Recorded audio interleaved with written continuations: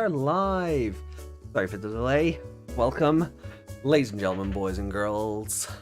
Welcome to episode 147 of the Code Crown podcast. I'm AJ.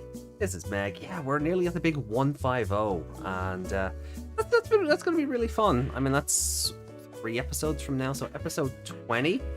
Provided we don't have to talk about anything else, like episode synopses, because I don't think those have come out for the next few weeks, so we might do a bonus episode for that. Hey, Jackie. Thanks for joining in. Good to see you as always. Yeah, so provided we don't have anything else to talk about that breaks up the formatting so far, I think episode 20 of the show will be episode 150 of this. So that's pretty dang cool.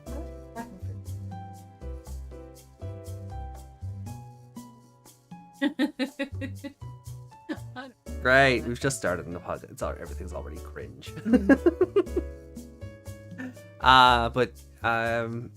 So hell has frozen over this episode, it seems, or at least a Zamboni has seen to it that everyone freezes to death. Quite curious to see how this episode goes. I received a text message this morning with no context and just the words, "Ooh, plot twist." So very curious. Yeah, we've been off adulting today, so I haven't seen anything to suggest where the episode might go, whether there's actual overall story related stuff. I just have a single text to go on that I didn't respond to, and I apologize because, well, we were off adulting today, so you know that is what it is, unfortunately. I know we have to go off and be responsible people before we have fun with our digital monsters. So, the part of our playing. Yeah, I am repping 30 years of Sailor Moon here, with my new pajamas, and they're quite cozy. The t-shirt is so baggy, so. Down to your... Yeah, it's like a tunic. Oh, excuse me. Yeah. Oh boy. Should we just not have Meg on camera this week then?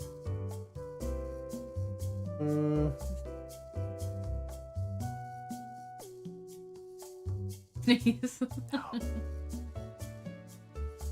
So, I mean, since last week, I don't think we've an awful lot to talk about. There's been no real news. Nothing has broke. Oh, well, no, that is technically a lie, because as soon we talked about the new D-Arc Digivice coming out for the Tamers anniversary, we were talking about that very briefly at the tail end of last week's show.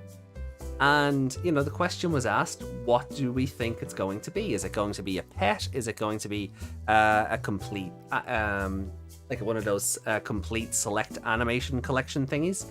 And I thought, I wasn't really sure. I could have seen it be a raising Digivice, similar to this, just with everything across Tamers and put into it. But no, it turns out it's going to be a super duper version of the complete selection animation Digivices we've opened up on the channel before, where they've got lights and sounds and voice clips and music and things like that. This will have a color screen. It'll have like the Digimon radar thing on it, the little built-in Digidex thing that would pop up as a hologram, and there's going to be the card /works, but it works with like NFC communication. Like QR. Like no, not like QR codes, like amiibo cards. Oh, It works like those. Yeah. So yeah, and having QR codes on a Digivice would be weird, because that would require a camera. So the card /works with NFC, so they still go through the slot, and then it just reads the chip inside. And I was but what I was afraid of when that video came out, because the video came out literally like 10 minutes after we finished the podcast last week, or at least I had only seen it about 10 minutes after we finished the podcast last week. And I'm watching this video of, it's not showing the actual sounds and voices and things. It's got this generic background music behind it, and they're showing things off. And I remember saying to you, I would not be surprised if they make 3 of these. One for each color. I'd have been more than happy with it just being Takado's red one, or maybe his gold one. Either way, I'd have been more than happy with it being just Takado's color, and everything is built in. But no, they made one for Takado, they made one for Ruki, and they made one for Henry. And not only that, each Digivice itself comes with 10 cards. 1 blue card and 9 modify cards, so wings and power-ups and things like that you would have seen on the show. They're all different. And like, so all the 3 Digivices, there's effectively 30 cards to collect. Maybe 27 if you want to take the blue cards out of it, because I imagine the blue cards are the same regardless. But yeah, as far as I'm aware, the other ones are locked. To that. Now, I could be wrong on that. I need to look at it again. But I'm pretty sure you could take the cards on the Rookie Digivice and use them on the Takado one. But in order to get those cards, you have to buy 2, if not 3 versions. Yeah. And coming in at a price point of like $145 a pop, I'm like, oh, lads, come on. That's basically extortion. But I'm also not shocked. I would have preferred it be more friendly in that it just be one model and everything's built into it. But I suppose, unlike, say, the Adventure Digivice, you can't just have it light up with everybody else's colors. Like, it's because it's not like that weird blue translucent color where you can just have everybody's colors bounce off an LED. I think that's why with the D3, the complete sound, with those versions of the Season 2 Digivice, they only made TK and Kari's. And that was to tie them, or Takaru and Hikari's. That was to tie it in with Digimon Adventure Tri. Because the other version of this Digivice for Tri had come out. So it was just because they're the only 2 with those models. And what's a Daisuke? What's a what's a Miyako? What's a Naori? God, what's a Naori? But they didn't exist in Tri, so they didn't get one. But still, they didn't come with any other bonuses that I'm aware of that you couldn't get on another device. Yeah. So I'm just like, 145 quid. Look, I appreciate the color screen, and it is bigger than the 15th anniversary release of what was basically a VPET, right? I appreciate it is bigger than those. And I appreciate the color screen, and I'm sure licensing has to go into putting those songs, the snippets of them, the 30-second versions or minute-and-a-half versions or whatever. Alright, I appreciate that. Licensing fees are always going to be a bitch, and they're always going to drive cost. But 145 times 3, if you want the lot, that's a bit excessive. That is. Like, oh, that's excessive. I'm going to try and get one, but one. Like one to have, because we need to add it. For the collection of Digivices we have upstairs, I'm missing a D3. Because I had the D3 that came out back in the early 2000s. Not D3, Jesus. D-Arc. Jesus. AJ, get a hold of yourself. So I had the D-Arc that came out back in the early 2000s when Tamers was running. I still have the blue card that came with it, like in a folder or a binder upstairs, but the actual Digivice itself is gone because I swapped it for a card signed by Rika's English voice actress. I didn't realize 20 years later or whatever, I was going to be like, oh, I need to have a collection of Digivices so that I can go, shelve them and have a thing. I didn't realize that, I like... You played with the toys and older. Yeah. Why did I break that? Why did I throw that away? Yeah. Because it wasn't a collectible back then. No, it wasn't a collectible back then, so you want something to sort of fill in the gap. So I don't know whether I should try and get the Takado one, because, or I don't think I want the Henry one. Like, the green Digivice is a good color, but Henry was never my favorite character. Yeah, yeah. Hey, Justin. I get one, you get the other. Yeah, that's what I was gonna say. It yeah. would make sense for us to have two of them, but the third one. Yeah, because then you feel sort of like, oh, Yeah. like 2 out of 3 ain't bad, but at the same time, if you're getting 2, you may as well get the third. Yeah. We could just split the cost on the third one or something. Yeah. But hey, Justin, thanks for joining in. It's a bit much. It's a bit much. We're like, oh, pretty. Yeah. Maybe. If only they made the gold. Yeah, if they made the gold one, I would just supersede everything and go with the gold one. That one, yeah. Because the gold version of the D-Arc is gorgeous. Henry.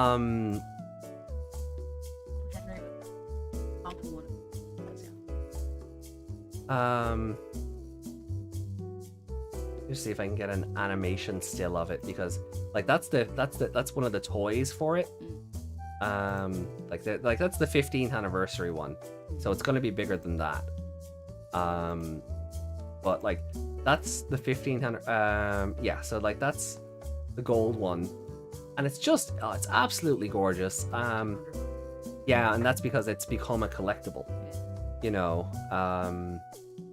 So something like that in the new style for this re-release, or it's not a re-release, but for this 20th anniversary version, I just get that and forget the other 3 colors, you know.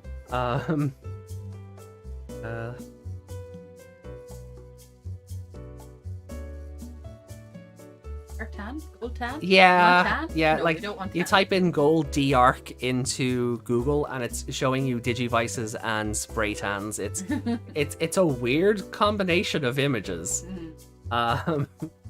Fable. Yeah, but Pirates. Yeah, Bloodborne. I think is that a Bloodborne? It might be a Bloodborne.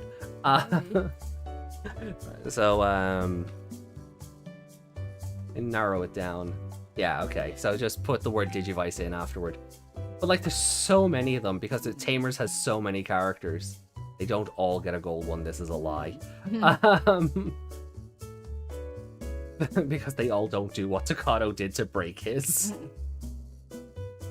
But yeah, they are like the gold ones are very pretty, and I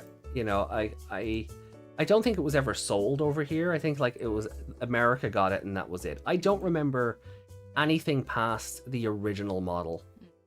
So look, as much as I appreciate the bigger screen and everything, it's just the cost and the fact there's 3 of them. But you're right, like Henry's one will probably be like have a limited print. Didn't they make Ryo's? Oh, they might have done. I don't remember. I had the Takato one, but where was my heads up today? Not sure if I'm sticking around today. The connection seems iffy. Ah, yummy. Well, hopefully you're able to stick around.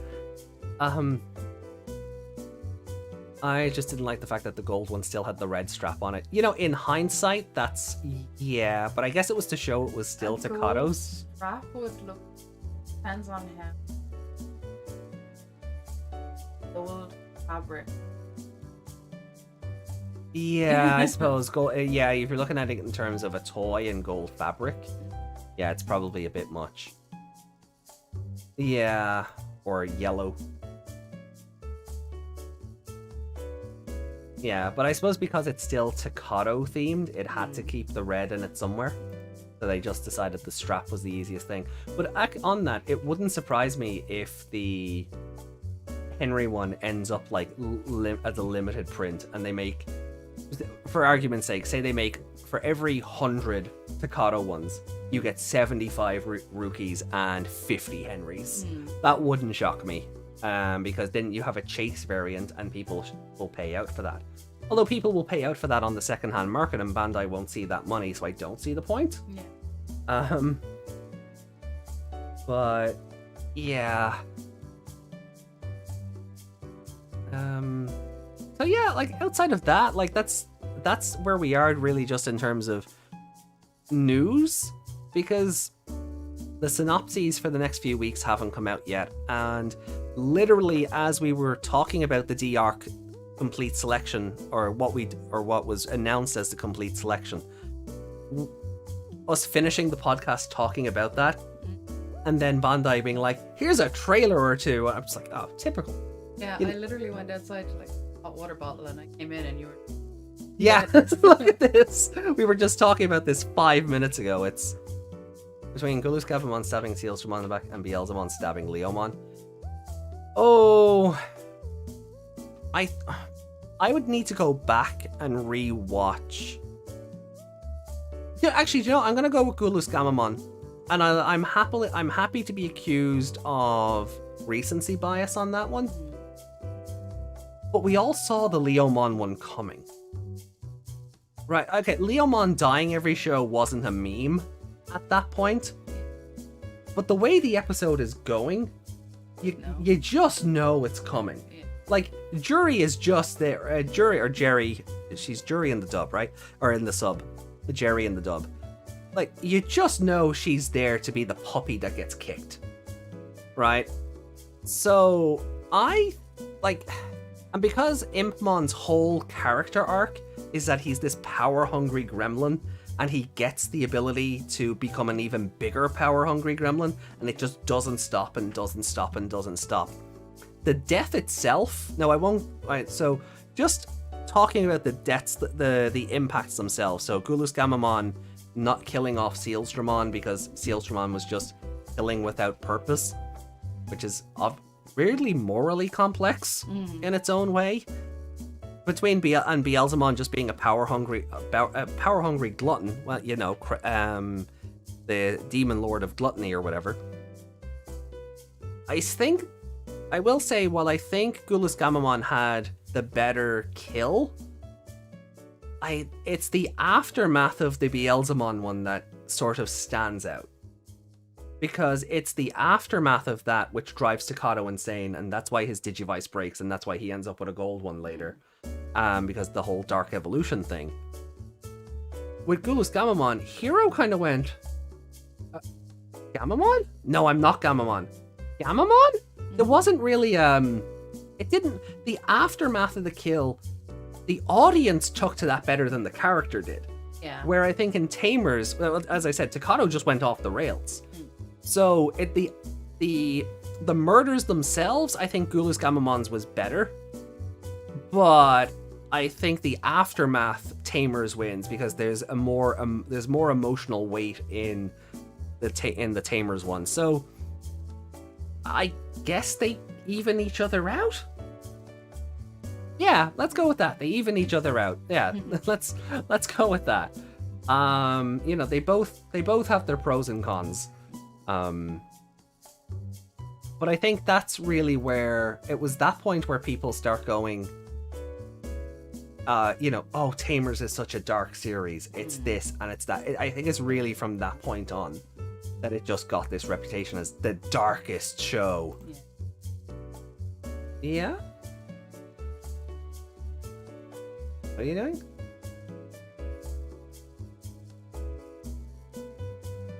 Oh, okay.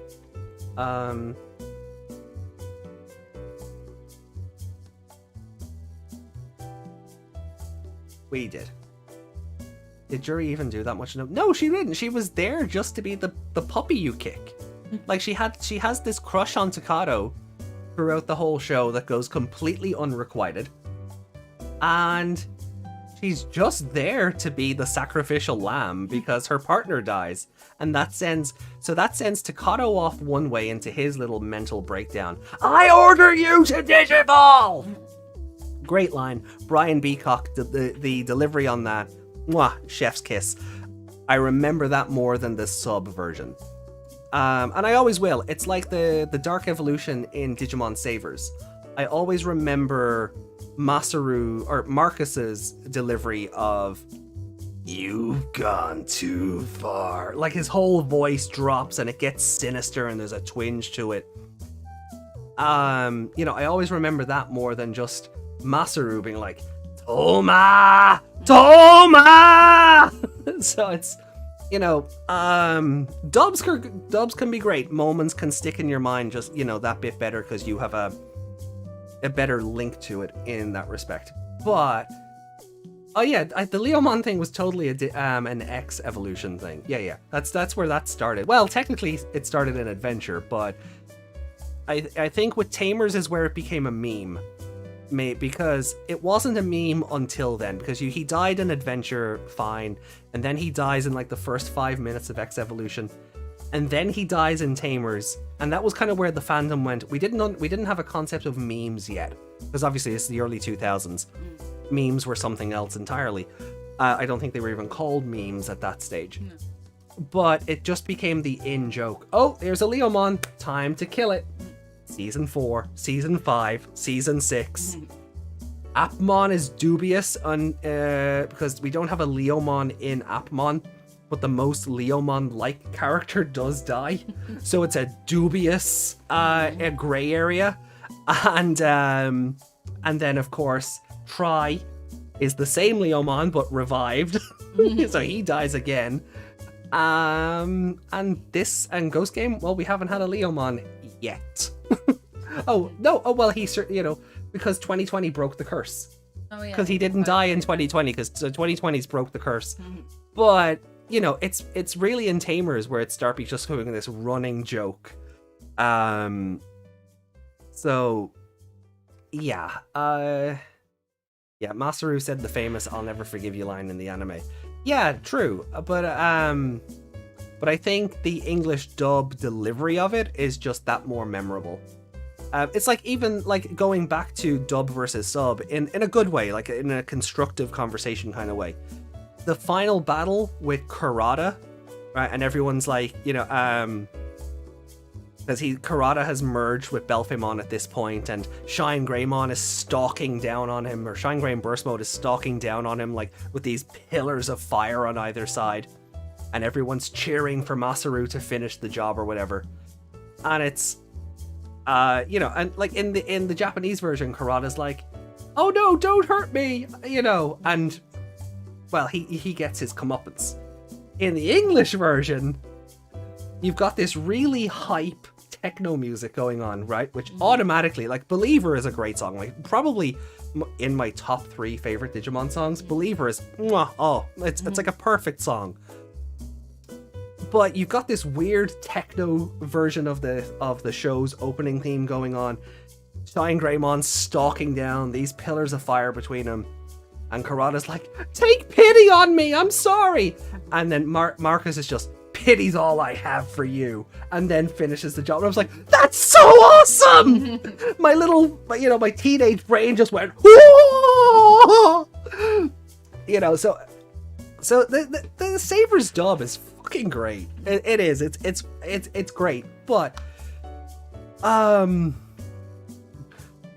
he just sets the street on fire. He's got these 2 fire swords and he just jabs them into the ground and just whoosh! It's just fire everywhere, and it's fucking awesome.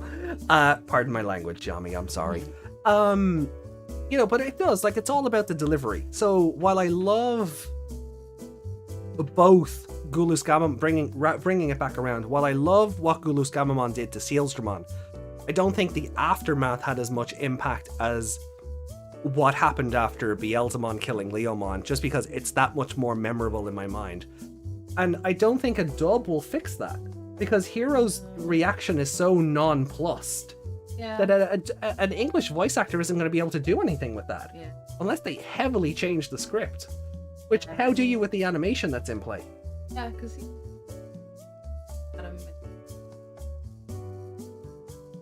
Yeah. It's like, you're like 2 Digimon. Yeah. Not 1. No, 2. Yeah, not You're only upset about 1. Yeah. Good. No, because he and even as last week's episode showed, when they were talking on the computer and they're talking like, "Oh, everyone's evolved at least once," and Hero counts Gulus Gamamon as if he was Betelweisen or Kaos. No, don't jinx us. He is not one of us. So I still don't like the idea so far, anyway. And we'll see how this episode goes, because Mori Shellmon is maybe starting to get Hero to turn his thinking around. I still don't like that Hero is just, go evolve. Yeah.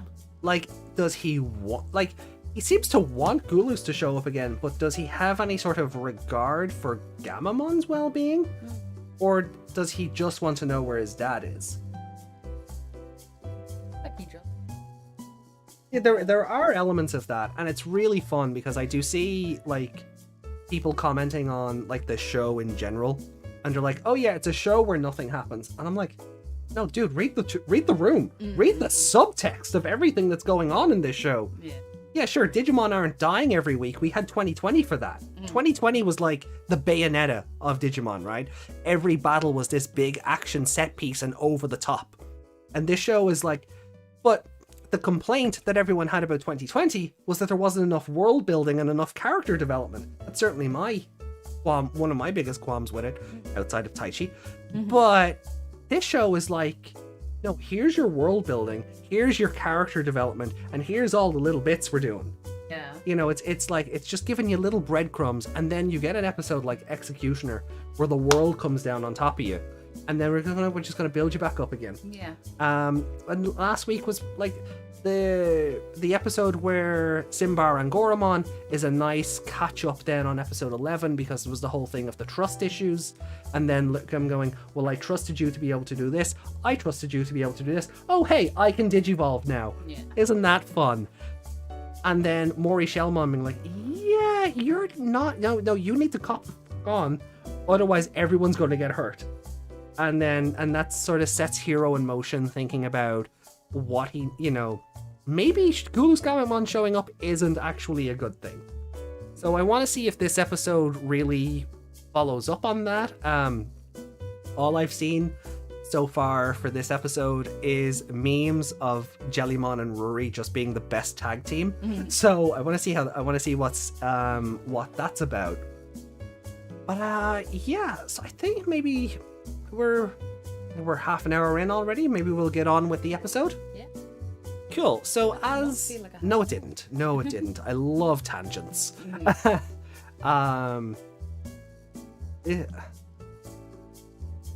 Let's tell them. Let me just catch up on the comments. Jury went from innocent main crush to extreme psychological torture. Yeah, that's true. Honestly, I think the Leomon thinks they're an ex. Yeah, Mastery said that I'll give you. Yeah, but in Try, Leomon isn't coming back since he died in the real world. They can always retcon that, but yeah, it does seem like he's dead. Much like Wizardmon, he's just a ghost now. I love that scene. Yeah, when Karada, that's when Biomerge goes wrong, most definitely. Yeah, and Digimon were getting eaten. Yeah. Yummy then. This show will drive you crazy with all the easy to miss subtle nods and layers that are being added. Different things to spot each week, realizations drop. Yeah, and I think a lot of that is going over people's heads to where it's like, oh, nothing ever happens on this show. And it's like, oh, there's a lot going on. You're not watching the same show we are. There's a lot going on here. So, yeah.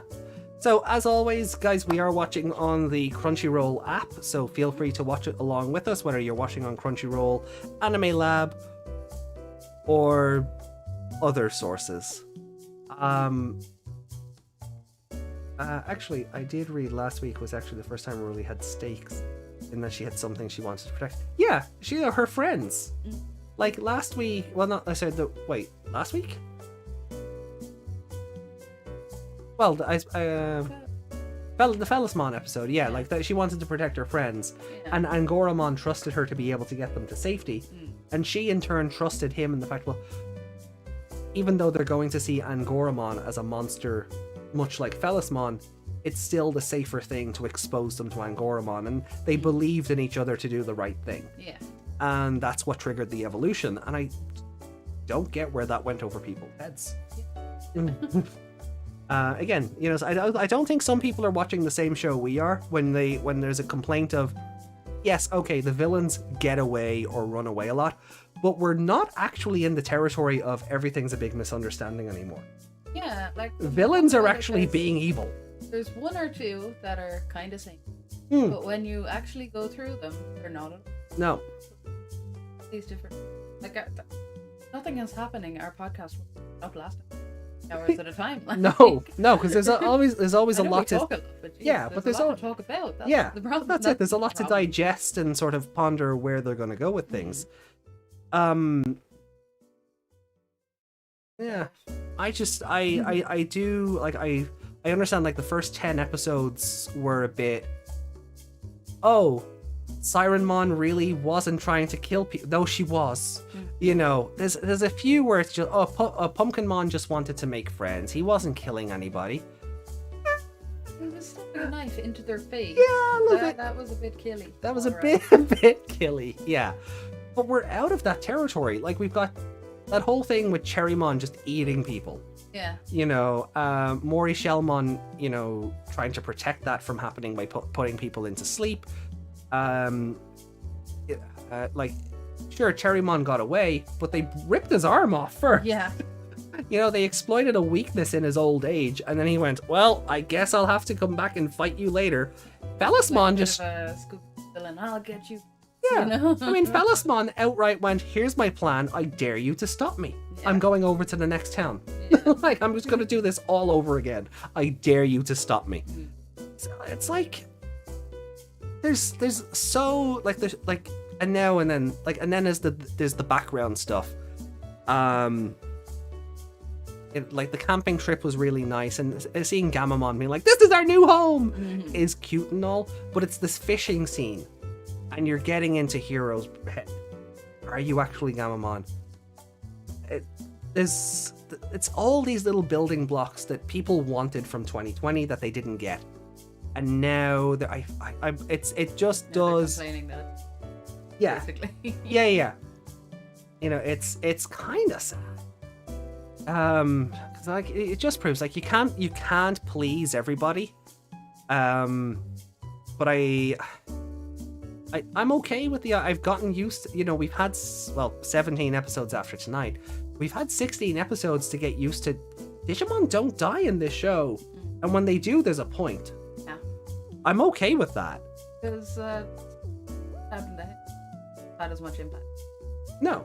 If they'd just been Yeah. right, well, you killed them. Yeah. You know? But when we saw that, we were like, hold up, you know? Yeah. Because Gulus Gamamon just seems to have a mind of his own, and he seems to know something that even the other Gamamon evolutions don't. Something this series does seem to suggest is a strong sense of isolation from all three leads. None of them really have a wider network of people. Yeah, I would agree with that. Talking with that last joining up. Yeah. And getting a partner. Because that's like, inevitable. I can't see this being a 3-person cast forever. Yeah, there's literally Rory's two friends. Yeah. And Nomura. And yeah. You're like, Kyosho doesn't even have any friends No. outside of me. No, he doesn't. Not that we've seen anyway. Yeah. You know, so there's been nothing really to suggest who could be a fourth member of the team. I don't like this before all of this. I don't think he friends. Oh no, before this, just he was dorm their leader and just he was senpai and they were kohai. Yeah. So that was their hierarchy. But because of all the shenanigans they've gotten into with hologram ghosts and things, they've become friends through that. Yeah. And we haven't seen Nomura since the fighting episode. Yeah. Yeah, and I don't think we've seen Nomura since. Or if we have, I don't think he's had any lines. Twisted Time was 9. Yeah, and then Game of Death then was the following one. Yeah, yeah, but he wasn't in it. Yeah, we haven't seen him. We haven't seen him in 6, maybe 7 episodes. So is he even still a character? Like, has he just been written out? He's hiding away in the room because he's on. Maybe. I'd like the show to tell us that. You know? Because it did seem like at the start he was going to join. He just pops up as it. Yeah, no, I don't know. I don't think that, no, because I think that goes into what we were talking about. The show is very good at the world building thing. So you would get hints of it. I don't think Nomura is going to be partnered with Black Agumon. I still think that's D Brigade shenanigans. But I think we'd see him on screen a bit more and he'd be like, oh, I can't hang out with you, I've got stuff to do. And there'd be this little thing where it's like, what is he up to? And then he'd pop up with somebody. Hey, Desmond. Hey, Desmond. Don't worry. We haven't even started the episode yet. So, yeah, 5 minutes. So we're just chatting and sort of speculating. Yeah, we probably should start the episode. So Cool. So, yeah, so as ever, we are watching on the Crunchyroll app, so feel free to follow us along there or however you're watching the show. I'm going to start the episode now, and I will, of course, count us in so that our timings line up. Did Metal Greymon need to be in Ultras mode, evolved to War Greymon? Every time I saw the scene, I kept seeing the railgun. He didn't always, but I think the illusion they went for is that he went Metal Greymon, Ultras mode, War Greymon very quickly.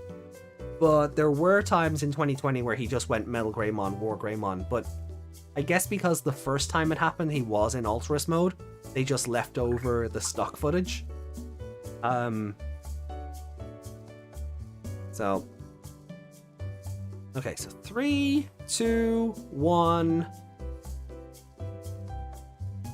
Yeah. There we go.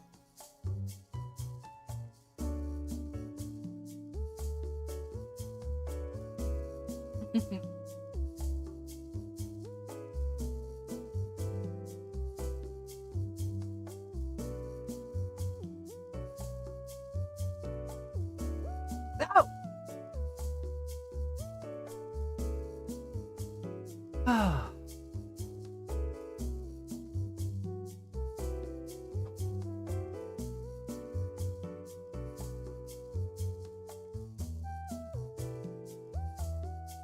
Also, yeah, how much longer do you think before we learn about Kyoshiro's hand? Kinda don't want it. Yeah. That depends what they're doing with it.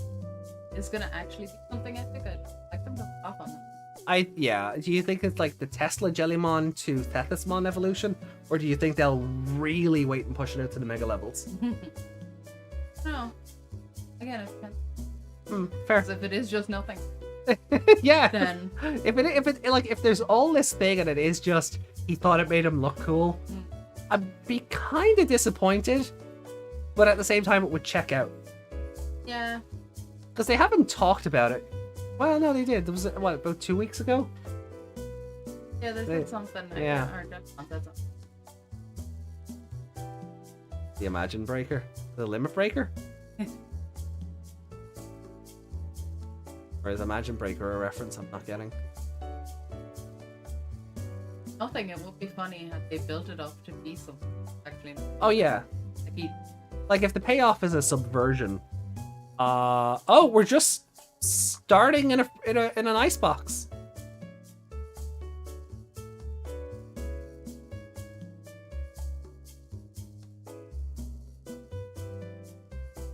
Yeah, that's the thing. We're starting off in the Nuclear icebox. power plant? Springfield? Have we traveled to Springfield? Yo. Ah.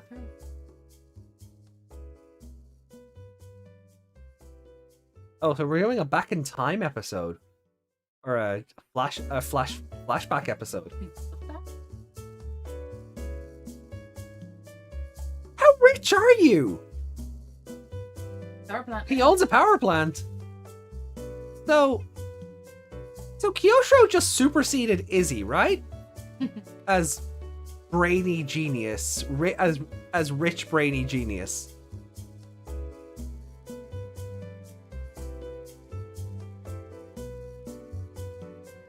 She's so bored. She's so.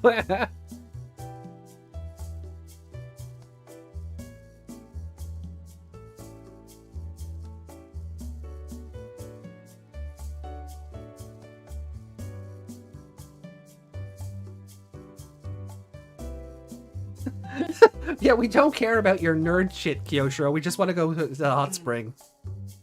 Uh-oh.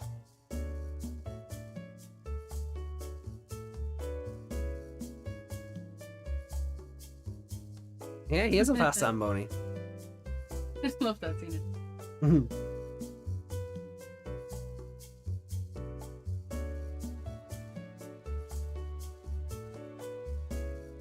No.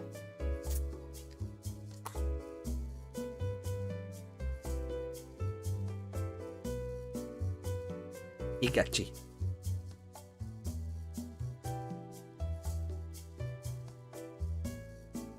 Yeah.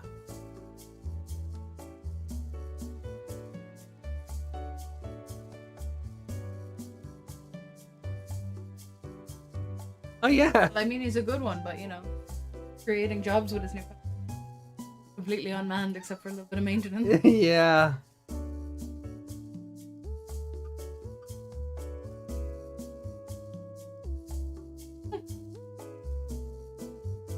They're both so cool. Yeah.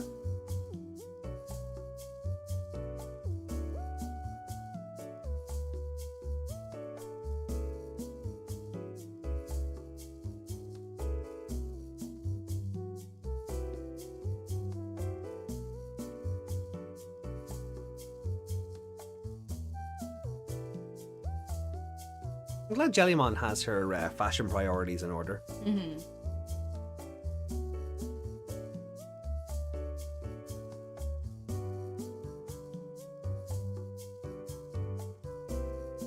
Yep.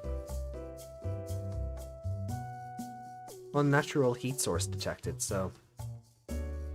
Does he think he's doing a good thing? I guess.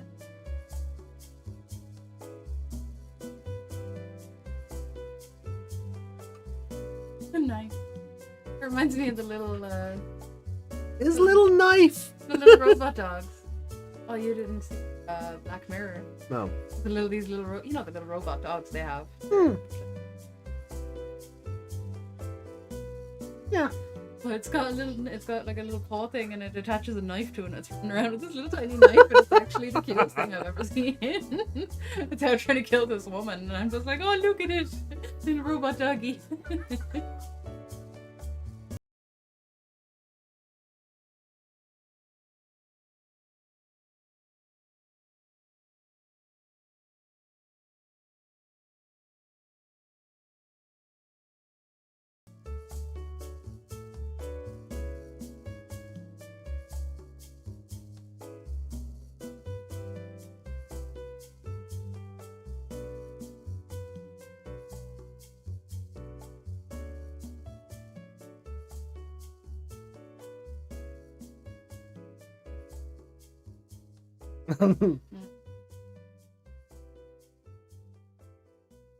Glad I put my. It's a cold episode, huh? Hate that when you start to feel. Doesn't happen. Yeah, you don't watch a beach episode or something and go, oh, that's sunshine, though. Yeah, not sitting there going, Yeah. too hot. No, watching something cold, just start getting cold. Well, sure, brave when you get somewhere safe. Does he? Does he seem especially bold today?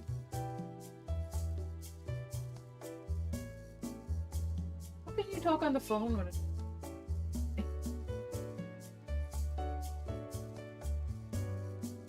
Is he in? Yeah, I was literally just about to ask. Does he have a headset we don't know about? Earpiece under all that. Or is he just set up to like sort of intercept communications? Aw. Okay. No, yeah, sure. Just evolve. Just evolve. This could go wrong, but sure. Why is him evolving gonna make him? Because he's a fire type, I guess? Of his fire to.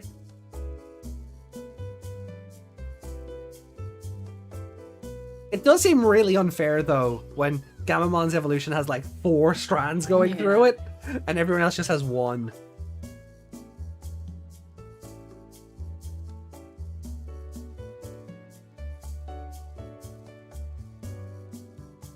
Why is Rui just so bored this whole episode? Oh yeah, it's a giant Zamboni going to cake us in snow. She's talking through her earmuff. Yeah. I don't know. Maybe she has it slightly moved aside so she can use the phone properly. Her phone is literally.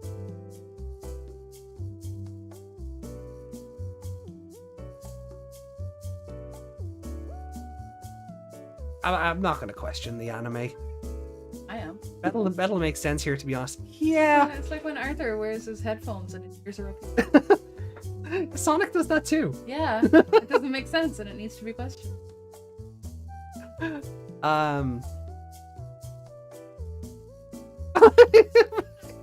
Yeah, sure. Where did you get that? Oh, that's a fancy thing.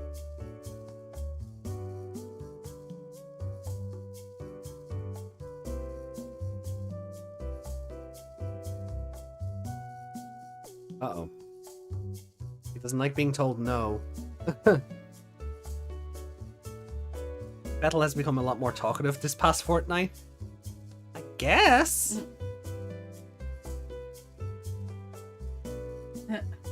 I just made it sandy. Temperature didn't change. Aw. We'll turn it off, so.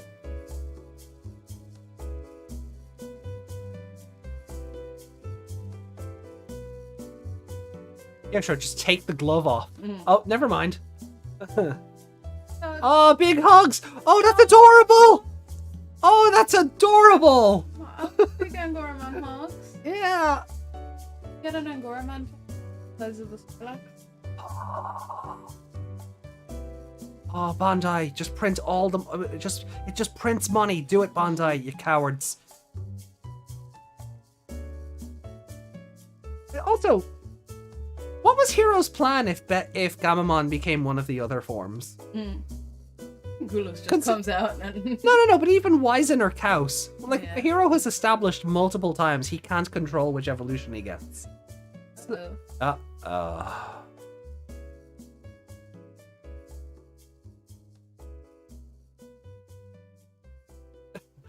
don't know anybody. Yeah. No? She outright said no! Was she saying no to him and answering the question, or just, no, don't come near me? Oh, she was saying no.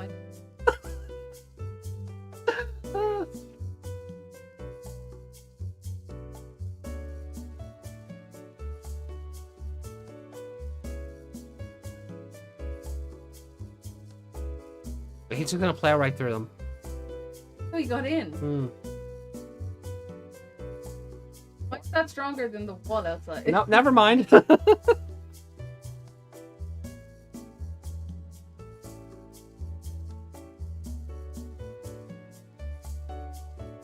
You're sure your power plant is... Rico, welcome. Hey, Rico. I have to back up.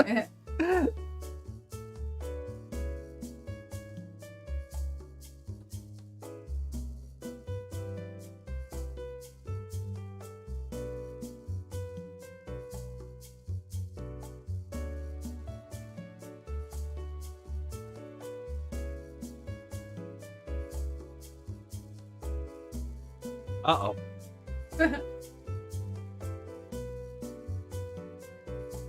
Well, yeah, but he's a Digimon, so maybe he can see you through the camera. Or he can figure out where it's wired back to or broadcasting from. Or yeah. I believe it's warmer outside. And look at the Just...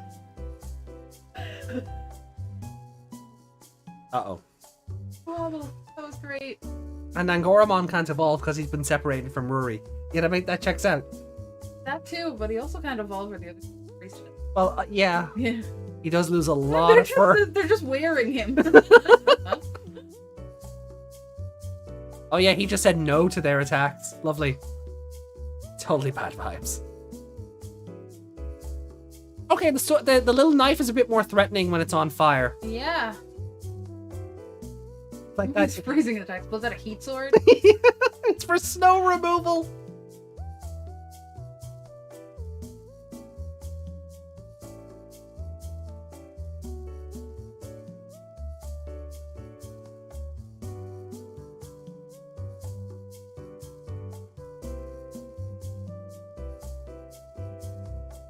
What, can they not attack unless the commands are issued? You're not Pokemon, guys. Yeah. Just do the thing. But they're... They don't...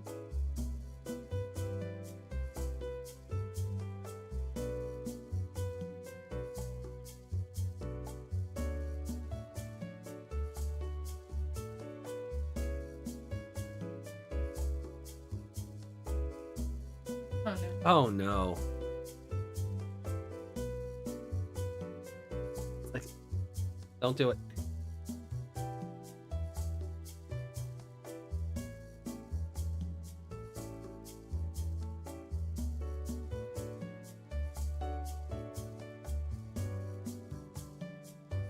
Juggernaut. Hey, Juggernaut. Okay, so now we're back to where we started. Okay.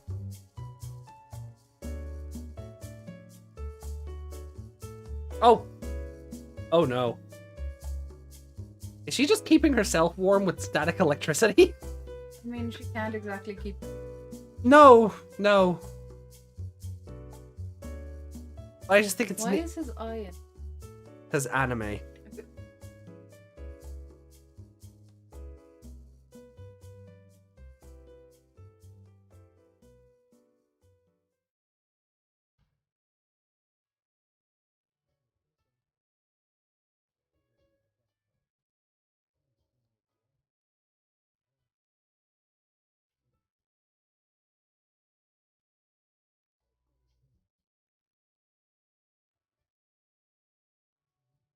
Form is a bad idea.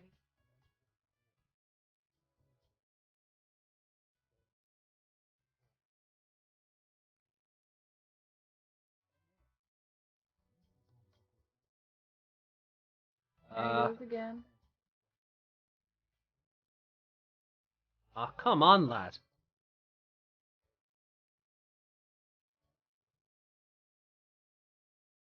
Oh.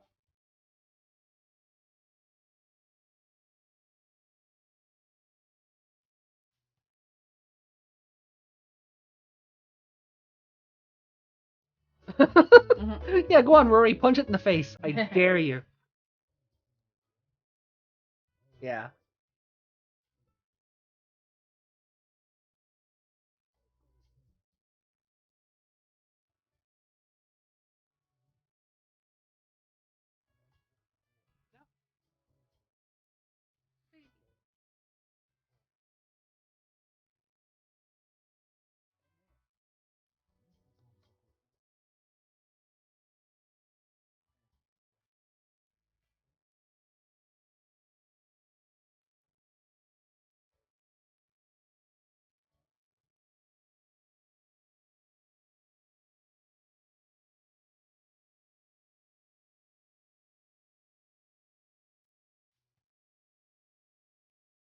Yeah.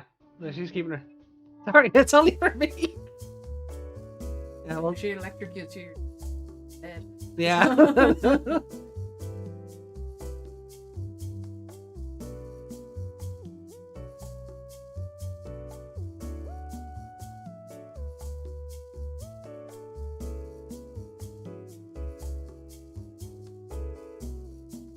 Oh no, everybody's dead.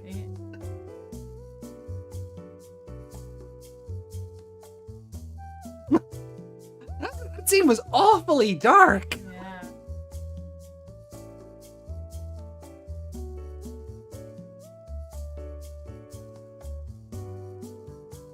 You like Marty McFly when people call him a chick? Yeah, like what the hell?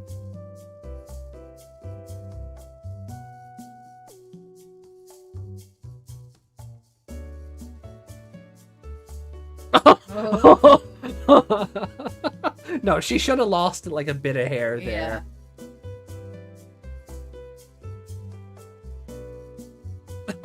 Everybody's dead.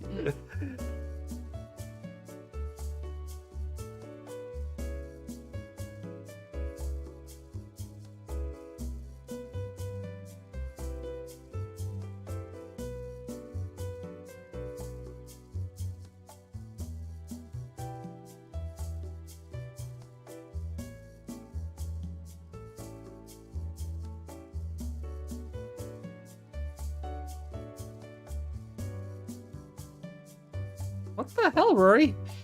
Oh! Oh. Holy! Well, there's a Digimon tradition I wasn't expecting.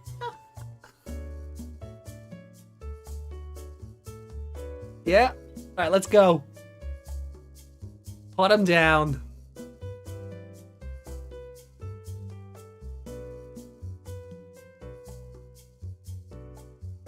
He knows her. What? What? What?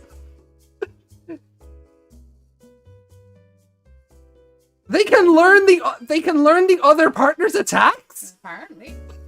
What?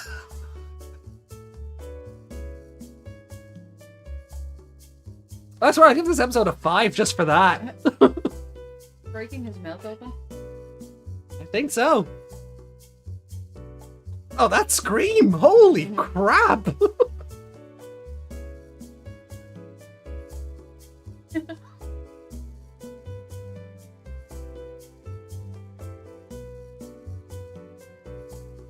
What the hell?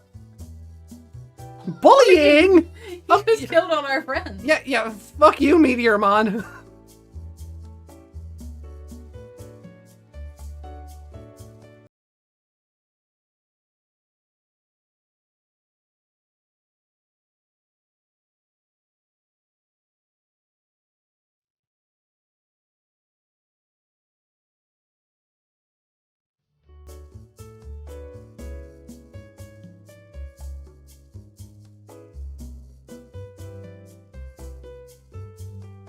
Global warming! Just random global warming reference. Oh, spring is coming. Okay.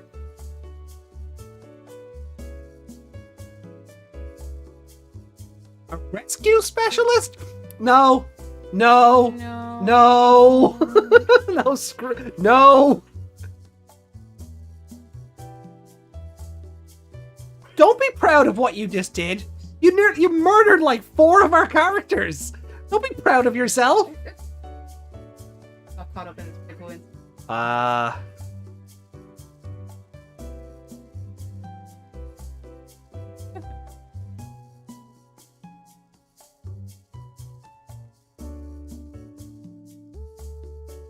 generator. It's too warm for them to pass through, I guess. Walking towards the sun. Yeah. True workmen do their jobs with few words. Okay.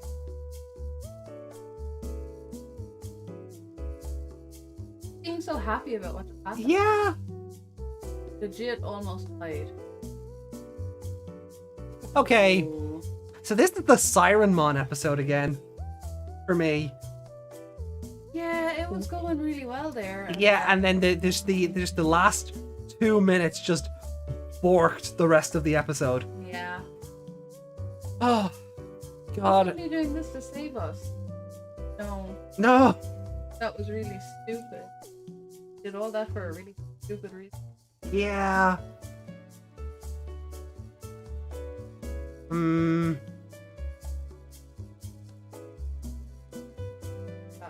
No.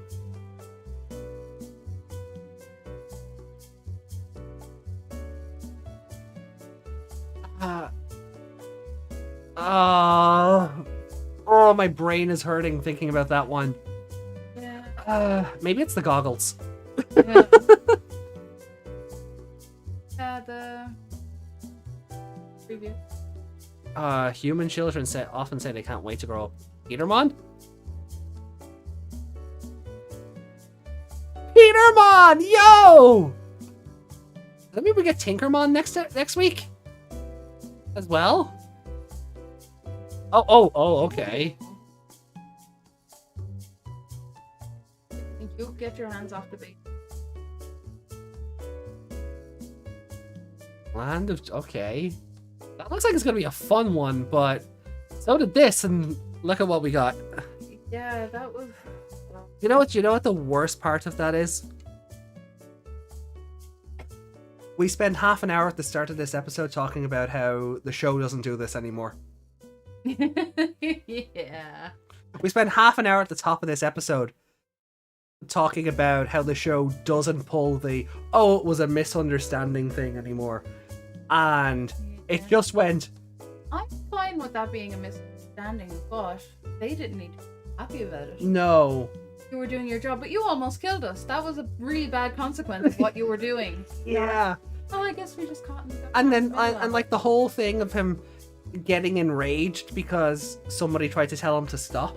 Yeah. And it wasn't until he heard the word rescue my friends or help my friends that he went, oh, wait, what? Yeah. I want to listen to you? Yeah, it's like, I'm gonna freeze all these people to death. Oh, they're your friends, I'm sorry. Yeah. Even though you were well aware of what you were doing. Yeah. Oh. Oh, I don't... Oh, this show sometimes can't get out of its own way. Okay. Oh. That drastically changes my score. Because the whole was more about I'll kill you all since you get in the way of my missions. Yeah, but then he heard the word friendship and went, oh wait, hold on. Yeah. Oh, you were trying to help friends? Yeah, you'll deal with the problem for me by turning down the power plant? Good. Maybe it could overheat if it's dealing with too many at the same time. Oh.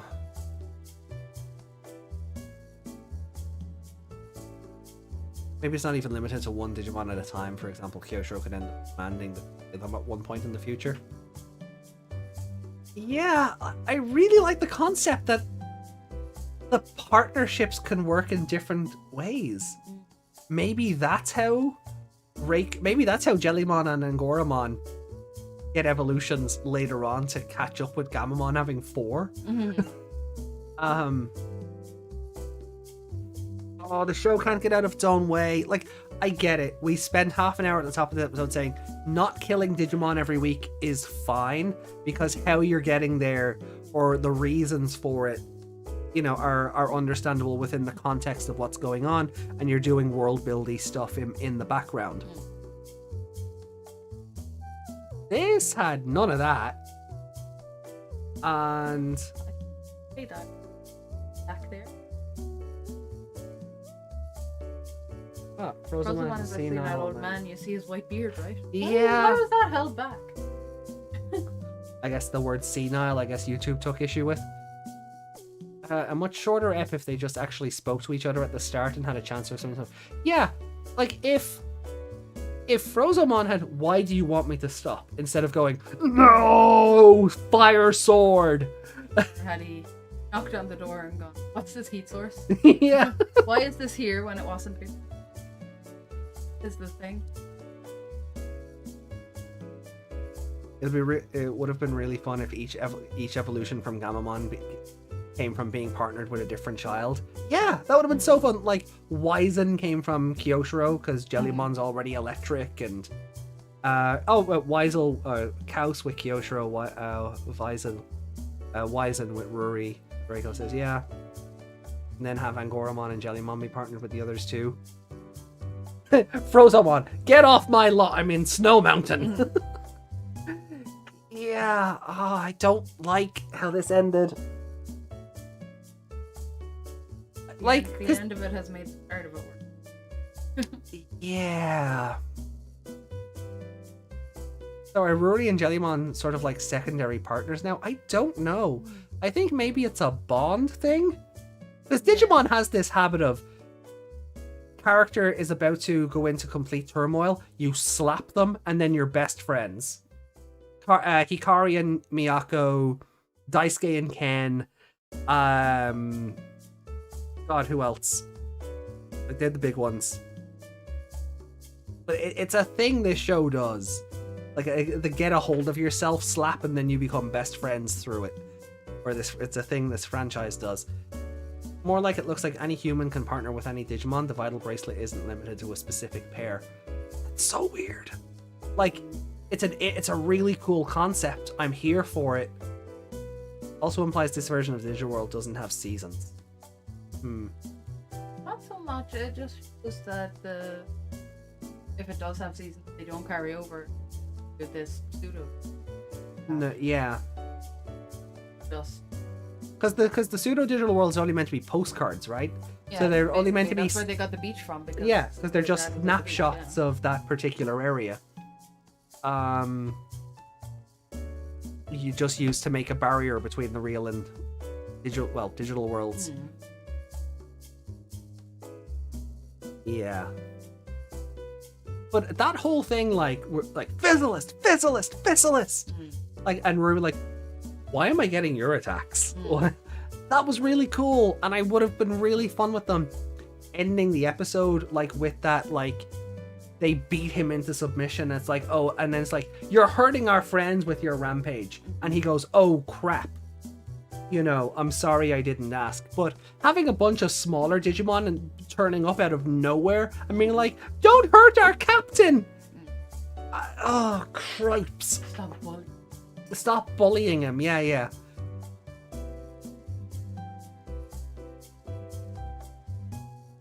That dead zombie rescue. Surely you'd want to listen to the people who are telling you to stop your rampage. Yeah. Is it because they said you're hurt? They didn't outright say, oh, you're actually hurting us. That he just went, screw it, you're in my way. I'm murder you. Yeah. Hey, Sleek. This episode is okay. Yeah. This episode was great up until whatever that last 2 minutes was. I feel like we haven't said that in a while. I'm curious if we'll get alternate ultimates, considering the two we've got look more monstrous compared to their champions. Well, I think Tethysmon looks like a perfect natural evolution for Tesla Jellymon. Lamormon, though, coming from Simbar Angoramon, when he looks more like a feral regular Angoramon. Yeah. That's the weird one. Kyoshiro seems to have... hold on. No.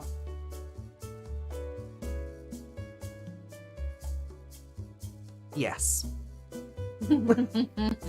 That's your answer, Reiko. Yes. Like, I know the power plant thing, it's probably government funding to do it. Yeah, and that's been alluded to a few times. Yeah. But the conference thing he had to go to. And... Yeah, like, I don't think he just paid for a power plant and made it. I think maybe it was here, maybe it was into usable and unmanned. Ruri doesn't even bring up how she used Tesla's attack to hero on Kyoshiro. Oh, she probably does off screen. That's probably somewhere in the scuttlebutt between all of Frozomon's friends showing up, or it'll be off screen for later. And what'll happen is Hero will get to use Angoramon's attacks or something and go, oh, this is what Ruri told us about. It'll be just written off that way. I don't need that on screen because that just seems like a given. Yeah, we won because somehow I was able to command Tesla Jellymon. He almost have gotten quite the bundle for building an entire plant system. It's all that crypto money Jellymon got him.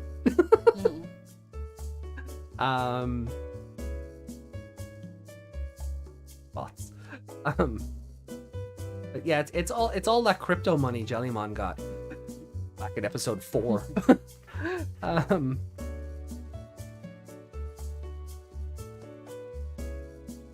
Yeah. Both Kyo and Ruri have had moments of money is of no consequence. Yeah. Well, Kyoshiro is just weeb Kaiba. Yeah, that's fair.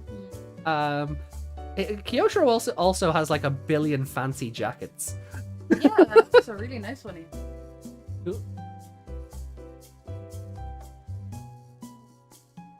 Power plant. He has a master's. He has a master's degree. Yeah, we learned that in episode 4.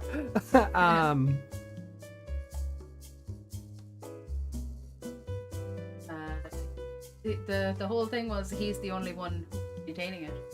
That's why he invited them up. So, because there were no other people. Does that mean Ruri can trigger Jellymon's evolution? I guess. I wanted to go a different way. I wanted to go the other evolution path. I don't want... I mean, it would be fun because Cross Wars kind of did this where every general can use the other army's Digimon, and we got some really fun Digicrosses out of that. But I kind of... At the same... It would be fun to have the evolution sequence, but it's Ruri that pops up and does the... And then you see Jellymon evolve. that'd be fun, but I think I want more. You do that, but Jellymon turns into something else. Yeah. Like the Like, vinyl. I do the way it went in this episode, and she because basically thought they were all dead because Yeah. Jellymon said we're the only ones left. Yeah, because Jellymon I think thought they were all dead. Yeah, and that's where their bond came from. Yeah. All our friends are dead. He got them. Let's kick his ass. Yeah. Something just clicked there, and that's so. I would say in that situation, had Jellymon not been evolved already, I think she could have evolved her there. Yeah, that would have been fun to see. I like the reason for it that Tesla Jellymon didn't de-digivolve because her own electricity was keeping her going. That's really fun. But if it did, and Jellymon was able to evolve through her bond with Rory, that would have been really fun as well. And as I do like this, I like Reiko's kind of saying this episode bringing up that the vital bracelet isn't limited to a specific Digimon. It can connect the human with any Digimon. Also, considering that Jellymon basically stole a vital bracelet to give to Kyoshiro, they probably aren't even linked to the human. It's simply that they are wearing it at the moment. it's like any have it on. Yeah, they can see any Digimon when they have it on. It's the dim cards that are linked to the humans, it seems, or the partners. Because when Hiro tried to use the Jellymon and Angora dims in episode 1, it went, no, this is a backup. This isn't for you. His worry was awkwardly true, though. And it was only fair of Rory to be dragged along after she's dragged Kyo to places he didn't want to go on more than one occasion. Yeah. Very true. That's why he hangs up on the video call. That's why he hangs up on exactly. But you know what? Like, this does bring up a good thing. Like, the vital bracelets, the dim cards, have multiple evolution routes built in because they're V-Pets, right? So if this show takes advantage of that, and I kind of want it to, because that's brand synergy.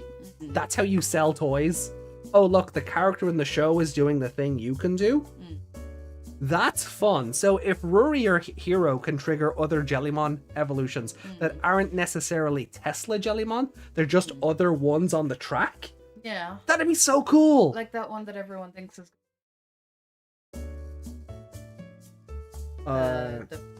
Ancient Mermaidmon. Yeah. Yeah. Like maybe Rory triggers that one. Yeah. It's not. But it's not her actual final evolution or something. Yeah. So that could all. I also like the sense of continuity in this show. This power plant episode is following Kyoshiro's scientific energy seminar in the onsen. Exactly. And that's what we were talking about at the start of the episode. There's this world building and continuity within the show that there's a lot of building blocks for what might be coming up and things you sort of see on a second watch that you might not have picked up the first time. But God, does the last 2 minutes of this episode really hurt it? Oh.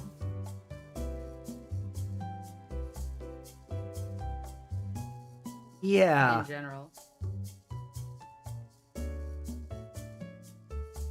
Yeah, he's not even a villain, and I hate the misunderstanding thing.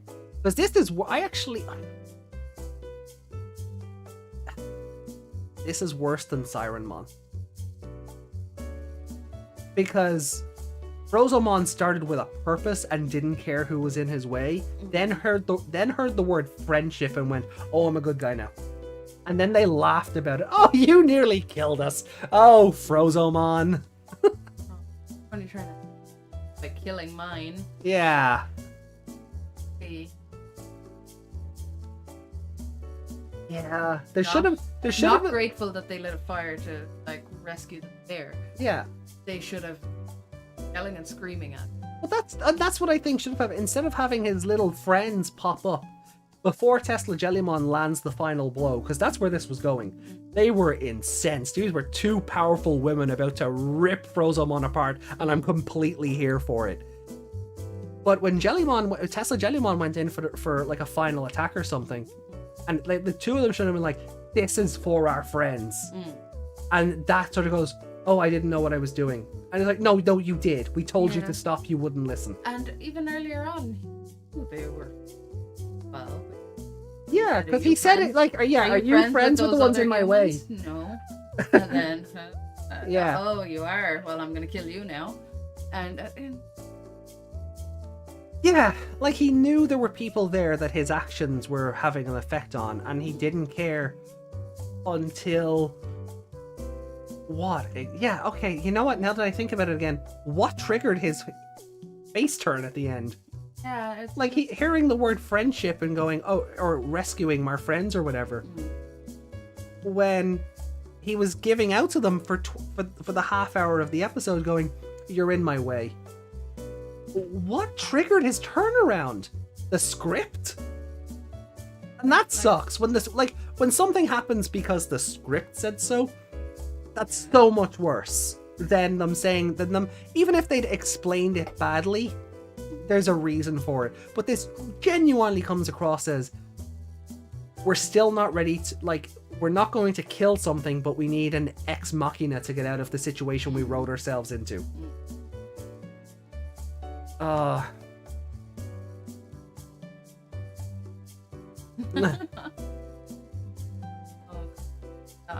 Yeah, the show has a track record of being 5 minutes short to finish telling the actual story. Serious problem with sticking the landing. Even bad episodes aren't really bad until they get their terrible ending. Yeah. Oh, and this is one of the examples. I know, and I kind of hate this because we spent, as I said earlier, we spent the first half hour to 40 minutes of this podcast talking about how the show isn't doing that anymore. And it goes and does it. And if anyone looks at this episode and goes, yeah, nothing happened, something did happen. Like, a lot of stuff happened, but you're really pulled out of it for those last 2 minutes where it's like, oh, it's another misunderstanding. And I'm like, I can't defend that because this was where I actually... This is worse than the Siren Mon episode for the ending alone.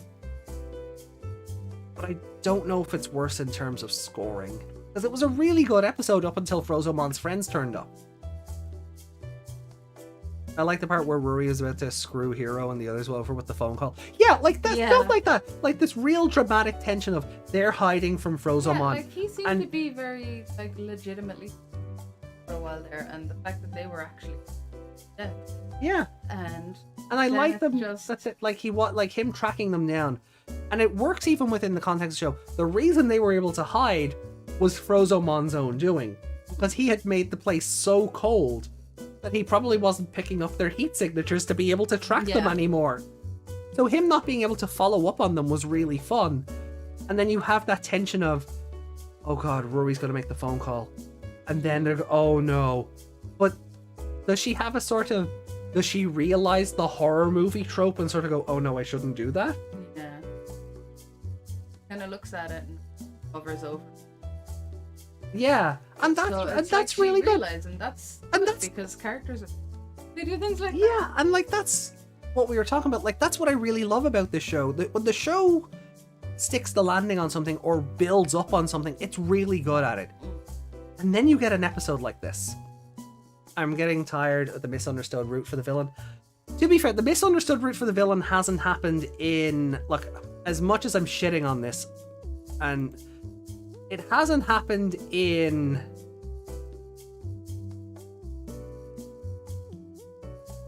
1, 2, 3, 4, 5, 6 episodes. Like, Chain Letter, Zasomon wasn't a misunderstood villain. There's clearly intent there, right? So if we start from episode 11, right, Kamaitachi, with Repamon.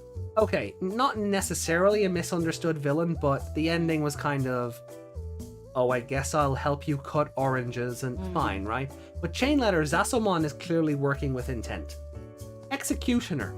Sealsbramon was building up a body count and then got his comeuppance for it. Zakishi Warishi was obviously meant to be a cool down episode after all the drama in episode 13. It doesn't really count. Koemon wasn't a villain, and they said so at the start of the episode. He's a prankster, and he's really sad because he misses the granny he hangs out with. He wasn't blowing stuff up or trying to kill the children.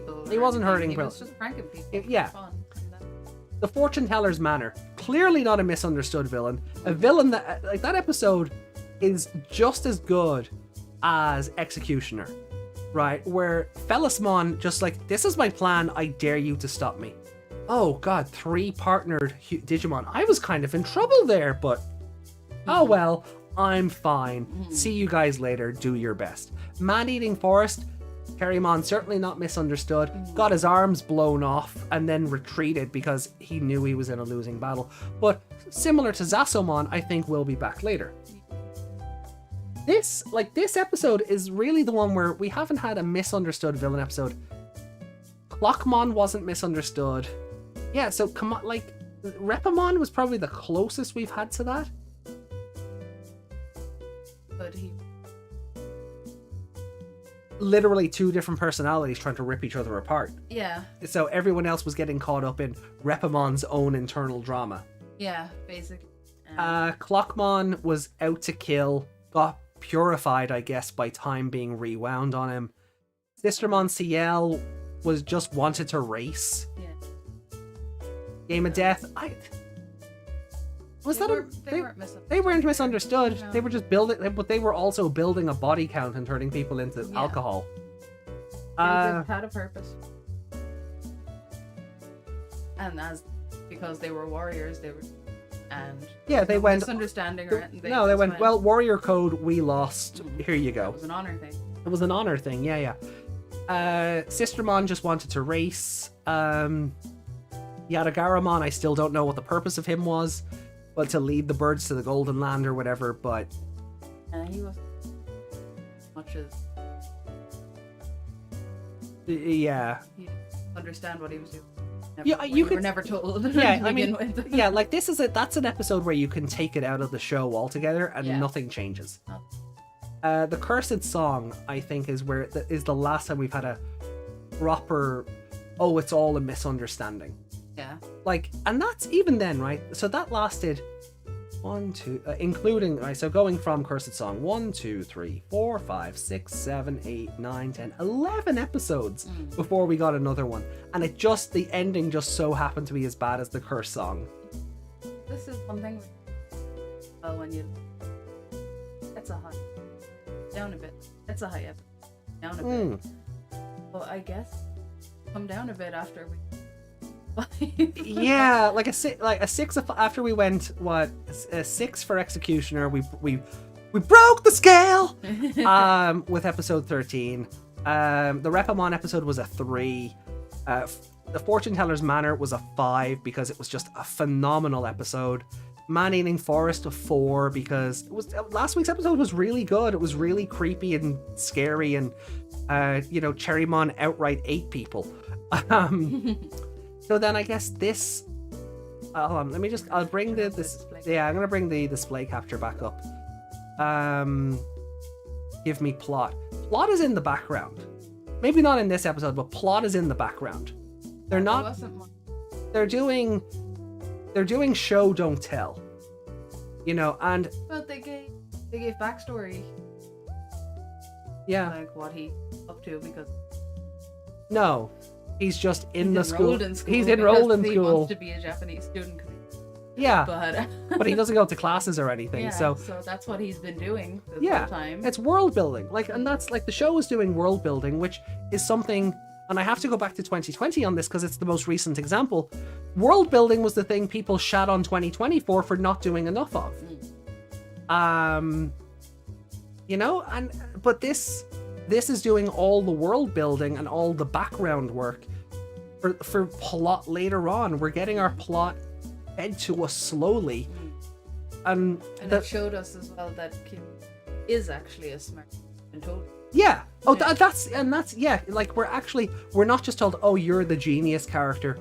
Why? The script said so. Yeah. We're actually being shown, I'm getting government grants to build power plants. Yeah. My partner Digimon made me a mint in crypto. It pissed off a dragon, but I made a mint in crypto.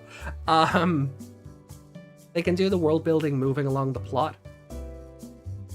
True, but it's a slow build as opposed to the last series fight, plot episode. Fight, plot episode.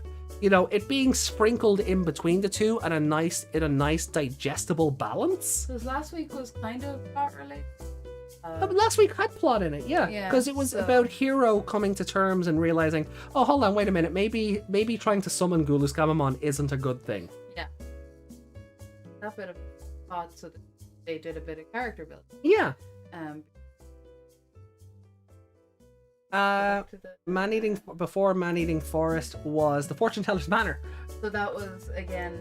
That's character building between building. Ruri and Goramon, Yeah. following on from the character building in episode 11. So there's the continuity. The show is good at keeping its continuity going, but I don't need Yggdrasil or homeostasis at this point to descend from on high and go, the world is in danger and you've been chosen to save it. Let them fall into the grander scheme of things. Let them tumble into things and not know. Like let's not hand them destiny on a platter. Yeah. Because that's what all the other shows do. Yeah. Eventually, Savers had a slow build. Tamers had a slow build. Frontier, no. No. You know, 02, now Destiny on a platter. Adventure, Destiny on a platter. Like, there's nothing wrong with a slow build. Applemon, the good show, didn't just hand them Destiny on a platter. That had a slow build as well. And there was, from what you've seen of Applemon so far, it's all world building. It's all building up to the reveal. Elcor is Leviathan? Yeah. Shock. Yeah. You know, but it's all bits and drabs. And then, who is the mysterious Apple driver that was able to fuse, Camramon and, what's her face? With the puppet together. I know that didn't exactly happen in the episode, but Yeah. he's able to control them. And you just see the shadowy figure. It's like, who is the, Applemon did the same thing. This show is as close to an Applemon sequel as we're ever gonna get, and I'm gonna die on that hill. So the show has done slow builds before, where it doesn't just hand destiny on a platter, and that's absolutely fine. But I don't think we need, as I said, we don't need Yggdrasil to descend from on high and go, this is your mission, go save the world. Because we've done that. We've done that 8 times already. I'm okay with this being slower and there being more work on the characters, because guess what? 2020. Mimi was the best character and Taichi took over from everybody else. We didn't have characters in 2020, so I'm taking what I get here. Yeah, it's like you said before, if you didn't have all the background characters from the previous show, Yeah. they'd have no character. No. They'd have the little bit of personality, no backstory. And Yeah, we learned nothing about characters who weren't Taichi and Mimi in that show. And Mimi turned out to be best girl because of it. We don't talk about that demon in here. No, well, we have to talk about that demon because of what we're looking at in Ghost Game. Exactly. This trio are as far from chosen children as any of them prior. Right? They're not digidestined. They're not. They're hardly tamers. Tamers is as close to what they are compared to being chosen children. But you have. Use them. Oh, they haven't. They haven't. And I kind of hope they don't. Yeah. Like, if they go this whole show with being called chosen at any stage, I'm gonna actually be okay with that.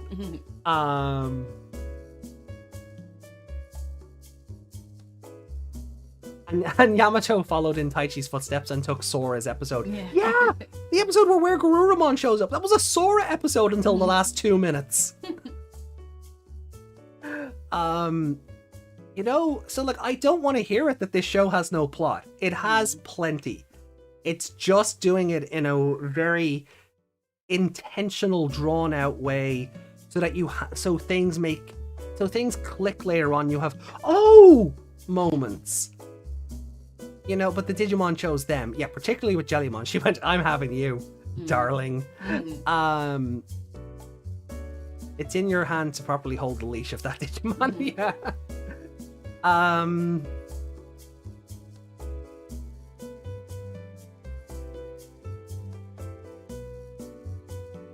front of her. So Yeah. She may have thought that she would end up doing. Wonderful. Yeah. And if that's the intent of the episode, that was a little payoff from yeah. that.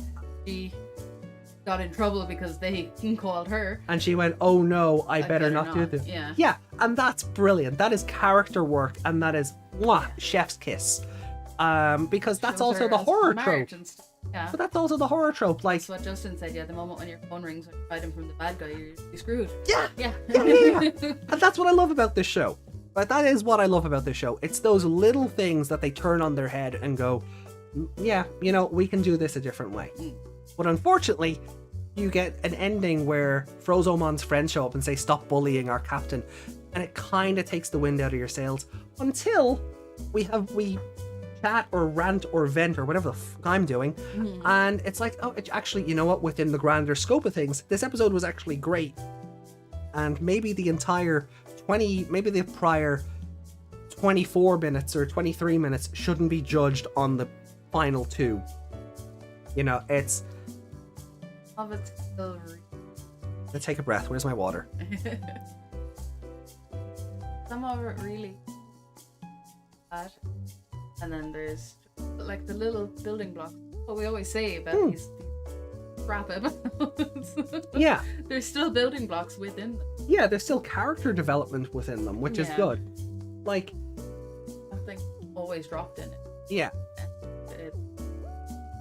So let me just go back. Oh god, Frozomon. Oh god, I screwed up. Yes, Felismon is going to go to a different town and just do it again. Yeah, and he outright told them that and dared them to stop him. Yeah, now, I would like them to talk about Felismon maybe in a week or two and go, has there been any report? Has there been word on the grapevine? Does Angoramon's Digimon network, have they heard anything? And I think they will. I think they'll start dropping that as we, you know, or the episode will open up on that. You know. We're lucky Felismon was generous and let go all this stuff. Yeah, and I think, and I also think in Felismon's case, that was just a further display of his I don't care. Yeah. That was just him going, I can do this once, I can do it again. Here, have your people back, I don't care. I got what I needed from this. Yeah. We're materialized now. I got what I needed for this. How powerful he actually is. Yeah. Like, you know. Yeah, I'm just gonna do my thing here. Yeah, I had like, yeah. There's a line in a show called Father Ted. For those who know it or those who don't, the premise of the show is basically these 3 priests have been exiled to this island because they're just complete and utter screw-ups. And every week there'd be shenanigans where these other awful priests or other awful characters would visit them and stay with them or, you know, whatever. But there's this one who's just a complete...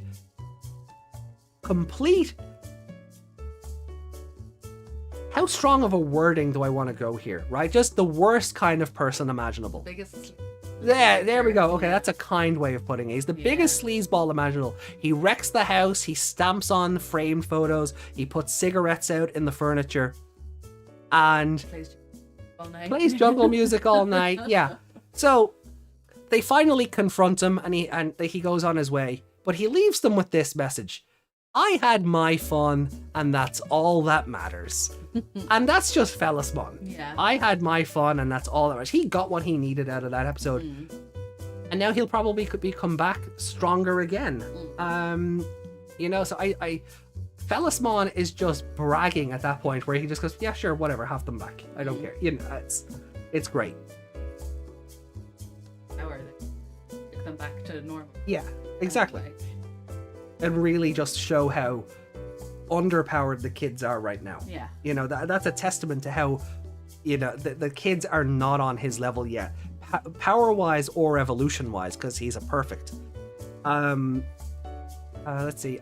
Reiko then. I can't stop thinking that they may have had ideas they wanted to do, but were stopped by Toei being Toei, but are still doing their best to make they're doing their best to make the best they can under those circumstances. For example, Toei going, I know this has to be dark, but children are too soft for this, and there aren't adults that watch Digimon. No human deaths, you hear me. Yet they pander to the adult audience who grew up on adventure. Yeah.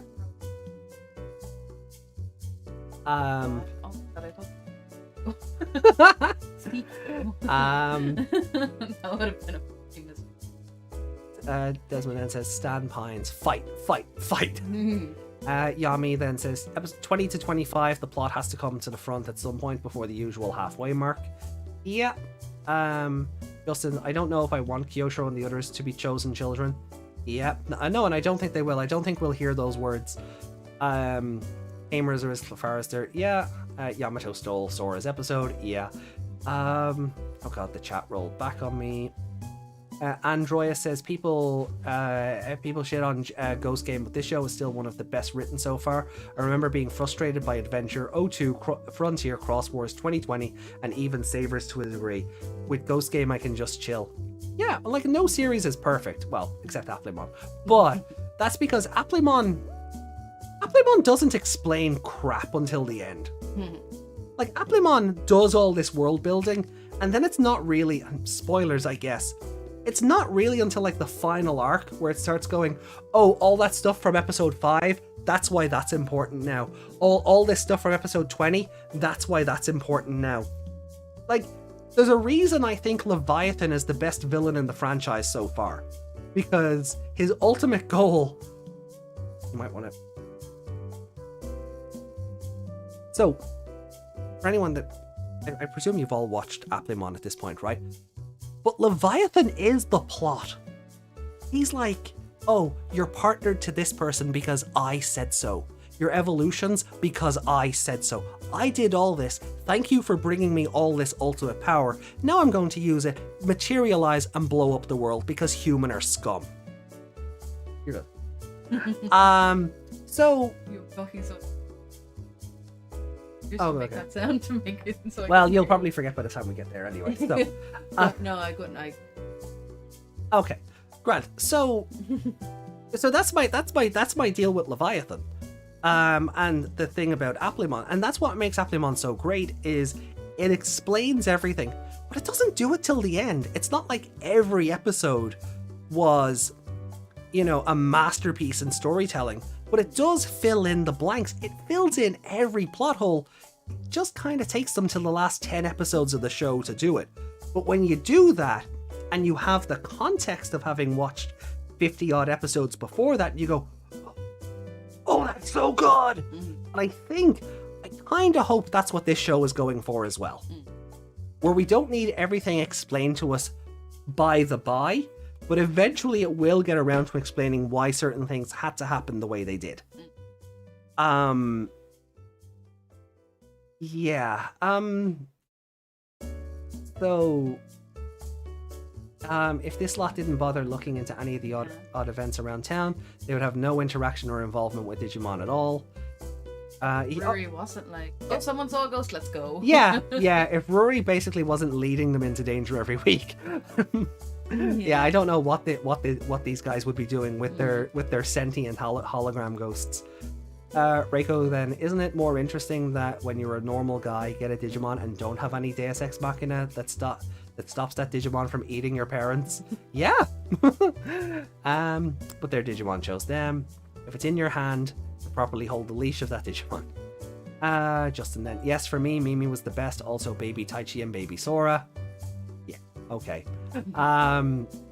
Though it would be interesting if Ghost Game went both with Chosen and Tamers. I think they'll go with Tamers, like if they'd have to label the kids as something. Right, I can't see them being called Chosen Children. Although if the show, well, actually, the subtitles will probably do it.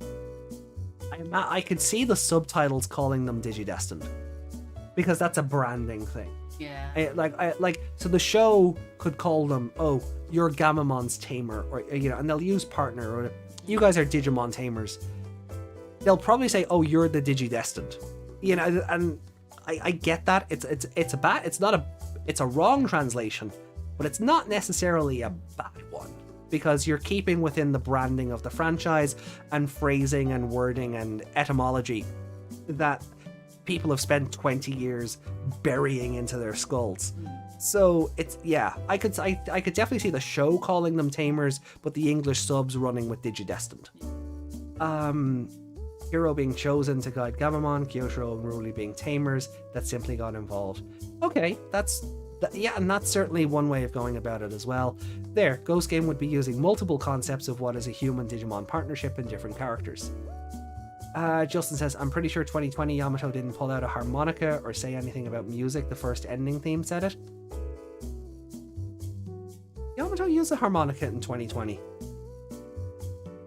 Yeah, I don't think he did. Yeah, it was in the ending video, and that, yeah, I think, yeah. I have no direct memory, or if he did, he used it once, and it was more of a, hey, see, this is the Yamato you know. While at the same time giving them different relationships as people, with Gamma and Hiro being brothers, Kyotaro and Jellymon being a couple, and Ruri and Angoramon being a princess and her knight. And yeah, and that's basically the dynamic we have going. Desmond, Gulas Gamamon would tell them they're too soft for their own good, and he'll give them the consequences of their actions. Sleek then, the only time the Athlete Driver were called chosen children was the finale by the villain. No one ever said the word chosen, and that made sense. Yeah, because they're not, like, they weren't. Well, they kind of were by Minerva, but we won't get into that now. And then Androius then to catch up. Ghost Game is true to its title. It's a Japanese horror anthology for kids, like Goosebumps with Digimon. That's a really good analogy. Yeah, Goosebumps with Digimon, that's a really good analogy. Even if there's no Overarching story in the future, I'd still rank it among the best. I don't know how I feel about that. I do want there to be a reason all this is happening. I don't want every episode to be Monster of the Week, but at the same... There is an overarching... there's an overarching story in progress. But if the show was just like a slice of life shenanigans anime, I guess it depends on the context. We find out Hokuto, yeah. Find out why it happened the way it happened, but there is no big over villain that's gonna. Oh right, okay, yeah. Like so if they fill in, so if they something, yeah, like there's no big war and history, and it's just shenanigans went down and you kind of got involved in it. Yeah, I mean, there's still overarching story, but there's still. Yeah, but I feel like with Felismon and at least with Felismon and Gulas Gamamon, they are setting up for some bigger overall narrative. Yeah, but because there has to be like... a reason. There has to be a reason they want to be able to materialize so badly. Yeah, there has to be something for that at the very least. Maybe it's a like a Sinister Six thing rather than a metal. Oh, you know what I mean? Okay. Kind of like this level of the universe get together and what. There's no. I love how you put everything. I love how you put things in Spider-Man context for me. That's the only way I can think of it. and my peanut brain went ooh. Yeah. There's I still want to believe the villain group will be the D Brigade. It's simply perfect. Yeah, and I think they are going with D Brigade. You know, and I like as we go on, we'll get more on that, I'm sure. Because if like we just get that random Black Agumon and they do nothing with it. Yeah, that was a bit. That's a yeah. Let's see. Wasn't the term tamer first used in Digimon World? Then tamers picked it up and ran with it because in lore, a human and partners is a tamer. Yeah. Yeah, because they needed. I think it's. You're probably right on that because they needed something to separate the anime continuity terminology from the video games. Like, not everyone, everyone can be Digidestined, but not everybody is chosen. God, it's like that Bible quote, isn't it? Matthew. God, for many are called, but few are chosen. And that's what this is, right? That's what the Digimon multiverse is. For many are called, but few are chosen. World changing, saving the world. Well, to have some Digimon and like a little. Yeah, that'll bug me. 2214. Yeah. Um, Too cool. I know. I blame Shawn Michaels. I believe it was on a shirt. Yeah, so Black Agumon. I'm evil, but I don't do much. That's the two Cyber Sleuth guys. It is the two Cyber... I would argue it's one of them. I would argue the Cyber Sleuth primary gang are Chosen Children. And the Hacker's Memory gang are Digidestined.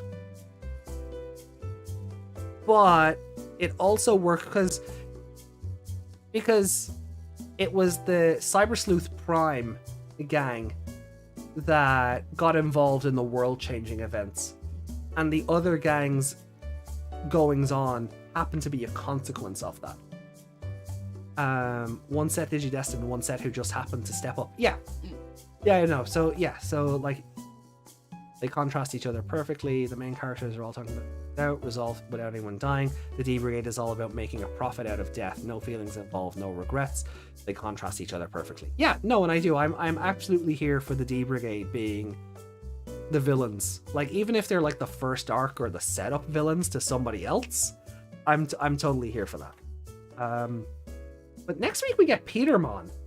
And he actually actively seems to be kidnapping children and bringing them to Neverland. You know, like proper Peter Pan lore. Does make me wonder if we'll get Tinkermon as well, or if it'll just be Petermon. I want Tinkermon because it feels wrong not to have one but the other. Yeah, unless she's actually like this big. Yeah. You know. And then again, there is that there is an anime. I don't know the name of it, but I've seen like screenshots and there is like this fairy character and she is only about yay big, but she's very defined, shall we say. Peter Griffinmon. Oh god, no. Please no. Hey Tinkermon, you remember that time when this thing happened and we just a random cutaway to another timeline? No. Peter Captain. Oh, Captain Hookmon would be so good. Like I don't. We were looking him up. Yeah, we were. Not very long ago. No, I don't think he's going to be in the episode, but I think I would like at least Tinkermon to be there with Petermon. But if the whole episode turns into like the Peter Pan lore but Digimon, I'm okay. I'm definitely okay with that. We haven't ranked anything yet because there's been so much to talk about in terms of the episode itself. And I kind of feel this has gone the way of the Clockmon episode, where because there's been so much to digest, might have actually turned my feelings on the episode around. Okay. I didn't talk. I still feel like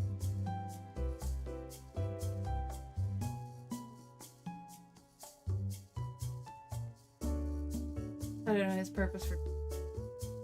Yeah. He was really good now the way he was going about it. I hope Kazemon showed up in that episode. I don't. No?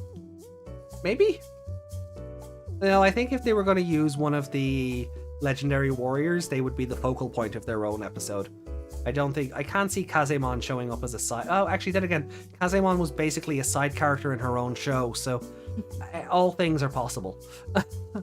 Alright, so I guess we'll get to the ranking aspect of this then, will we? Yeah.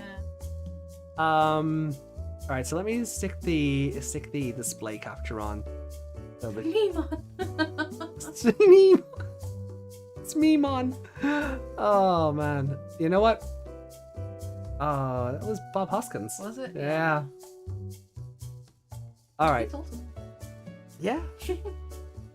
Cool. So I'll stick the old display capture on. We'll transport over to the rankings. And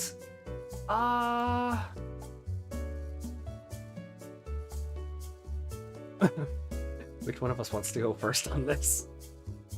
I wasn't thinking character one. Yeah. I want to say Rory or Jellymon just because of the ending. Like Angoramon, fluffy Angoramon hugs are cute and all, but I wouldn't say they make him my favorite character. No, that would have been more of a thing. Yeah. Yeah. Then again, I mean, which is second to Ruri and Jellymon bonding, because that's still wild to me. We have a Captain Wendy, Digimon, and Lost. We have a Captain Hook. He's literally called Captain Hookmon. A Wendy? No. Lost Boys? I don't think so. We have a Petermon, a Tinkerbell, so Tinkermon, and we have a Captain Hookmon. But we don't have a Wendy and a Lost Boys. And I don't think you necessarily need a Lost Boys. I think you can just have a collective of lone Digimon. You know, in that trailer, like there was a Bearmon and there was a Kiwimon and something else. So they could be the Lost Boys XB or representation. The Lost Mons, yeah. They could be the representation there. But a Wendy for Petermon, I don't even know how that would work. Because that would literally have to be a human. Yeah. I don't think you can do a Wendy Digimon. Because there's no because that whole thing of being transported to Neverland and never having to grow up, I don't really think that applies when she's already a Digimon herself. Yeah, if it was, whereas if it's a human, she gets transported to, and that's the equivalency in the lore. So Wendy should be a tamer. Yeah, that'd be great. Like, maybe that's how we get our fourth tamer. Sleek said, "What about Crocodile Man trying to eat Captain Hookman?" Crocodile Decardramon. The Decardramon is our crocodile. Has Meg ever seen a Decardramon? Right. Giant missile alligator. Oh, I don't think it.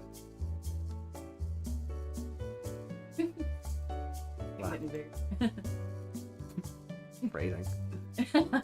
But yeah, so that's a Decardramon. Yeah. All of the missiles, but he's also an alligator or crocodile, whatever. And strangely enough, evolves from Sealsdramon. That'd be fun. The Avalugg last night. Yeah, God. Spoilers, I guess, for anyone who hasn't made it to the Alabaster. I got caught up in them. But anyway, so yeah, that's a Decardramon, a giant missile alligator. Yeah. Yeah, he was very prominent in Cross Wars. I hope so. So there's his box. Ooh. Yeah. I have not watched Cross Wars. Cross Wars merch didn't sell, and there was very little of it made. So that's why he's $200. Yeah. Like that little Shoutmon I have comes from this line, and Yami got that for me. Like while Cross Wars was still while it was airing, so the merch wouldn't have been. But yeah, you go looking for Cross Wars merch now, and it's just it's atrociously priced because the big boy is. Yeah.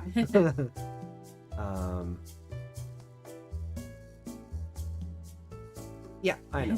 Oh yeah, it is. So the chat seeing what a Decardramon looks like as well. Brilliant. For those who aren't aware.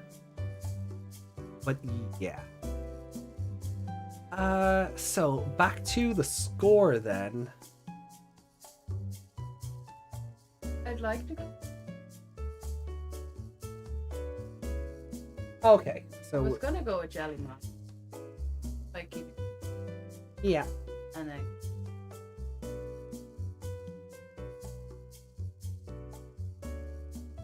Yeah, on her and that's part, what I really enjoyed that. And then she knew. Yeah. And it was like, no, you really have to stop. Like, Yeah. that could have been the point where she for killing my friend. And then he has his wait, what? Yeah. Even though he outright said you're friends with the people getting in my way. Like, was he that one-track minded where he didn't think what he was doing was hurting them? Like, did he just presume they were Digimon as well? No, he called them humans as well. So you don't even get away with the humans. Yeah, so you don't even get away with that. Yeah, there's a few. Frozomon's a bit of a contradiction. Yeah. Okay. I don't like. So I think I'll go with Rory this week. Yeah, very valid choice. I really enjoyed it. Oh yeah, yeah, she was great, like from start to finish. And score then.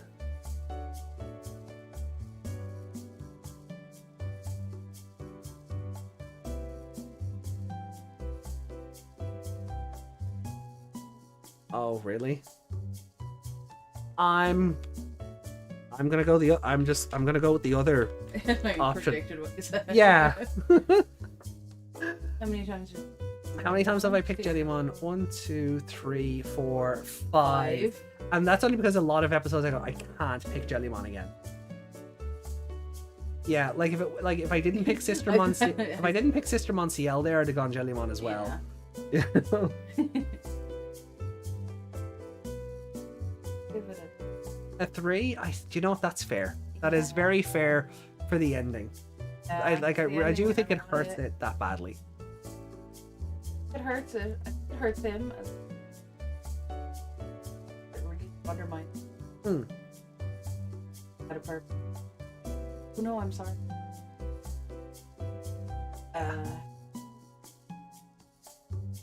There was some good stuff, right?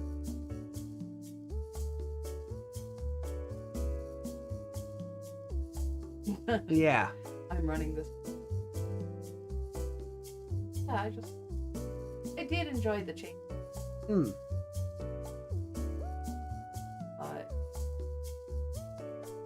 Back to yeah, that's where.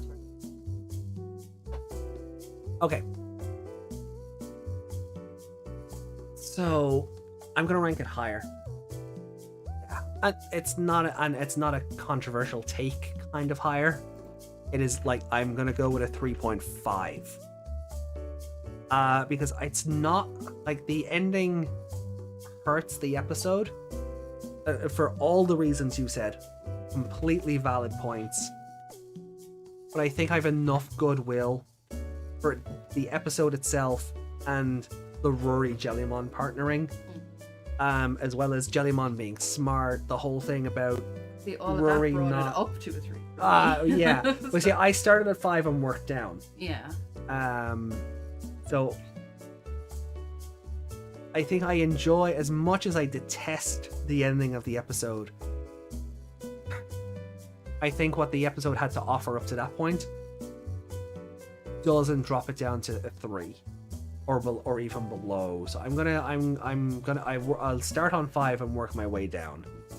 And 3.5 is kind of the score I land on. Maybe we should just start doing percentage scores, because that's working out well for someone we know. Yeah. Not a Digimon podcaster, so I don't have any plugs in that regards. But so if we take the score then 3.5 and a 3, and we move over, so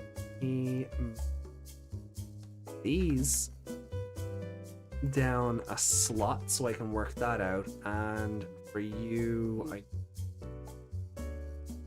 is it a better 3 than Kamaitachi and Bird? It's better than Bird. Is it better than Kamaitachi? Repamon one.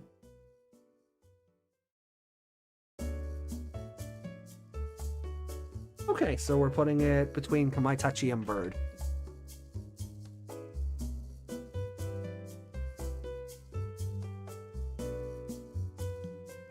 It was translated as Icy Hell, yeah, with Freezing Hell also. There we go. So.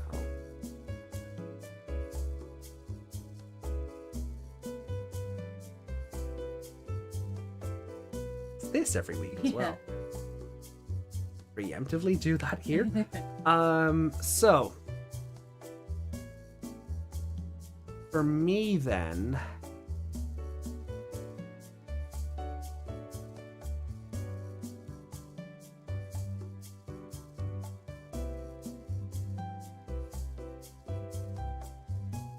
I'm gonna rank it higher than Kamaitachi and Chain Letter. So, what?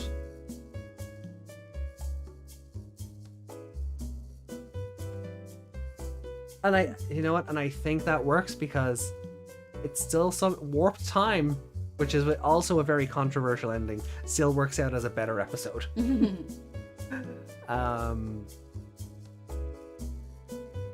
So we're starting to diverge again on our order of what we like things.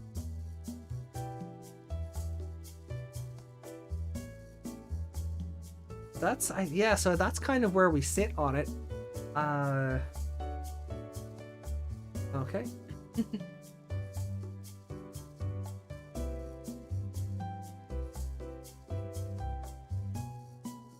Quite a bit of chat to go back on, isn't there? Okay, cool. Well, we jump back over to the chat now then. We turn the old display off here. Cool. So,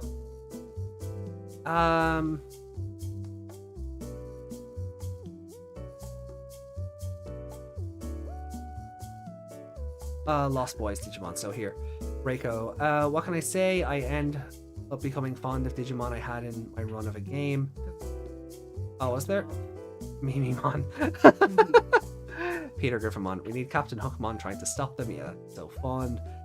Captain Hookmon also needs Smeemon, so that's where we were. And I have fond memories of Hookmon because of Digimon World 3. Yeah. Please remind me, we answered that. What can I say? I end up becoming fond of Digimon I had in my run of a game.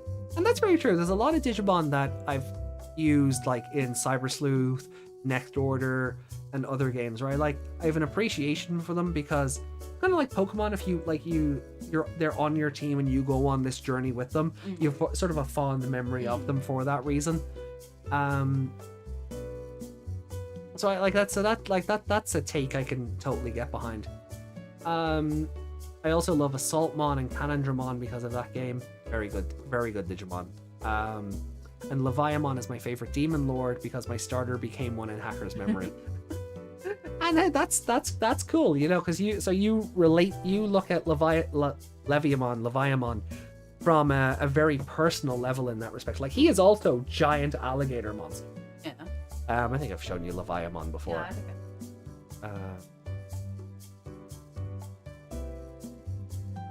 I think he could also be the alligator eating the clock. Yeah. You know? I think he's meant to be a dragon, but he also is just a giant crocodile monster. Oh, he's a long boy. You know? He could definitely be that bit in Hook where the mouth falls down. Yeah, yeah, he could definitely jumps up into it. But, don't break the game's the movie's kayfabe. But yeah. Yeah, he's really cool looking. Yeah, like he's Look at that big smile. Oh, I know. He's a yeah. Oh, he's great. He's great. He's just, his design is so dumb, but it's great. Yeah. You know, he's just a long boy. So no. he definitely wouldn't fit unless you don't want to be able to see him. Yeah. So where was I? Wendy should be a tamer. Yeah. Need some recognition. It stands out because I recall running into one in the DS game, and it had a 1% chance of having no idea who it was. Just looked snazzy. Trying to eat Captain Hookmon. Yeah, Canondramon is so damn cool. I'm up for any Digimon that's heavy and slow and has a big friggin' cannon. That's fair. Yeah. You know. Has Meg watched Cross Wars yet? No, not yet. Meg is still working through Tamers and Applemon at the moment. Oh no, Sealsdramon turns into a croc. Yeah. Canondramon is a friendlier looking bio lizard. Turn into a rocket. It also turn into a rocket. Oh, it can. Yeah. I like the idea of the D Brigade having different evolution stages for each different types of weapons. Gatomon. Foot soldiers are the child level, the adults are special operations, and perfects are the big tactical weapons, and ultimates or megas are strategic weapons. Wouldn't you need an actual army of them on screen just to make them seem worthwhile? And the specialization for different things like the anti-air missile launchers or heavy tank starts from the Sealsdramon, which makes sense since perfect isn't really a natural progression. I have 5 for Jellymon. What?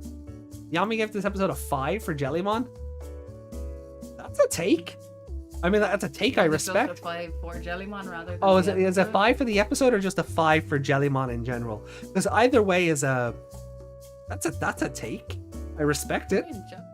Jellymon was great. Yeah, Jellymon, look, this show. If we were rating characters, Jellymon would probably get a 4 or 5 every week. Like if we were just rating the characters, Jellymon my list would just be Jellymon the whole way down. Perfect isn't a life stage like it is from baby 1 to adult. It's a form changed them after having received their highest maturity level. It works, yeah. And also I learned recently that evolution stages from baby 1 to adult in Japanese all have the word for age or life stage on them. Yeah. I gave it a 4 for just making it so convincing that the other 4 were dead, ignoring it's only episode 17. Yeah. Like Rory's look of horror when she's like, oh my god, all my friends are dead. You know. Yeah, and she's just like, hasn't it? Like, check their pulse. Yeah. Maybe they don't have one. Does Jellymon know? I suppose if she's keeping herself going with her own static, if she touched them to check them, would that do more damage?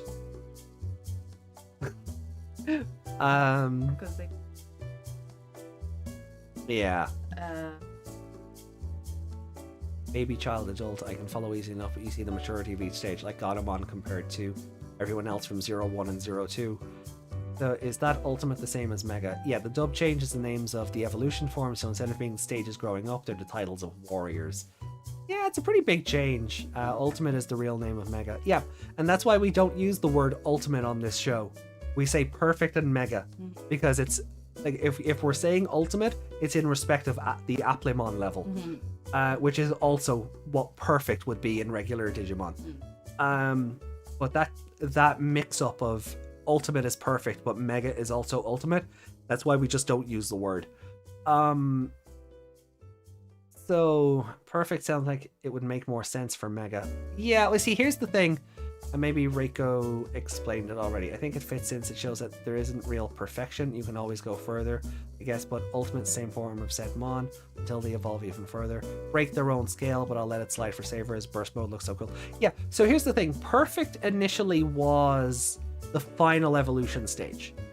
And then, in a similar vein, they needed to go beyond when creating new monsters. So you have a monster that went beyond perfection and it became the ultimate Digimon. And that's where the terminology comes from. The problem is, when you're dubbing, it doesn't really work. Well, I guess it would, but I guess... Oh, that's an adult Digimon. The context maybe it would have been taken out of context in a translation, so they went with something easier to digest. So that's where we got Rookie, Champion, Ultimate, and then Mega. You know, but it also worked in dub terms, because Perfect and Ultimate, it was okay, Metal Greymon is a fully evolved Digimon. Because again, he's the ultimate Digimon, he's fully evolved. No, we need to go beyond. Now I'm a Mega Digimon. Yeah, it's a bit cheesy and corny, but that's kind of the way. It all started with good old Mugen Draymon, or Machine Draymon. Mugen Draymon! Which is a bad change in my opinion. Mugen Draymon works so well for the name. Yeah, but then you have to explain that Mugen means infinite. And that's, you know, if they had to translate the name, it usually got changed. Or if you were a gun. Looking at you, Deputy Mon. He was born in the Infinity Mountain, or Mugen Mountain. His name basically means the Dragon of Mugen Mountain. Yeah. But, you know, target demographic isn't really going to absorb that information, so he's a big old machine. Atmon kind of makes it easier by just making the final evolution God. Yeah. Only Gundam fans know what I'm going to say. Ruri got the birth slap, or in this case, the bright slap. Or in this case, she got the test slap. Yeah. Well, I mean, again, Digimon has a tradition of slapping characters and then them becoming best friends.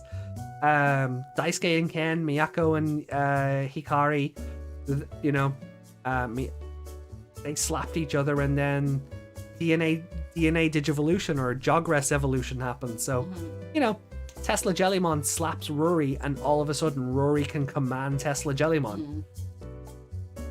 It's kind of like, yeah. You know, so that's you know, it's keeping tradition going. I guess we need a new tradition since Leomon broke the curse. Bringing it back. But good lord. No, it's fine. Focus so much on.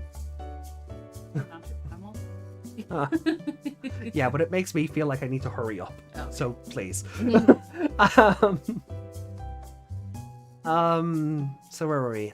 Yeah, only the bright slap. I know what you mean there. Yeah, the bright slap. All right. So look, on that note, then we'll jump over to comments from last week, and then we'll get ready to get out of here. So let's have a look. It's still there's no way.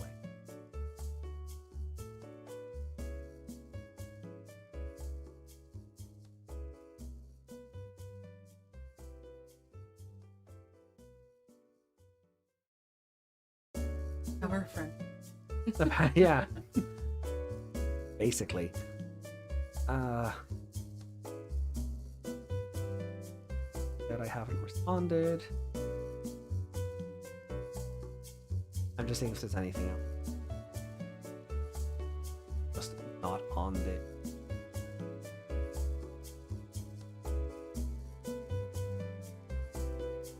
Oh, something. No, okay, so once I jump into the Terriermon episode, comments were up to date. Cool.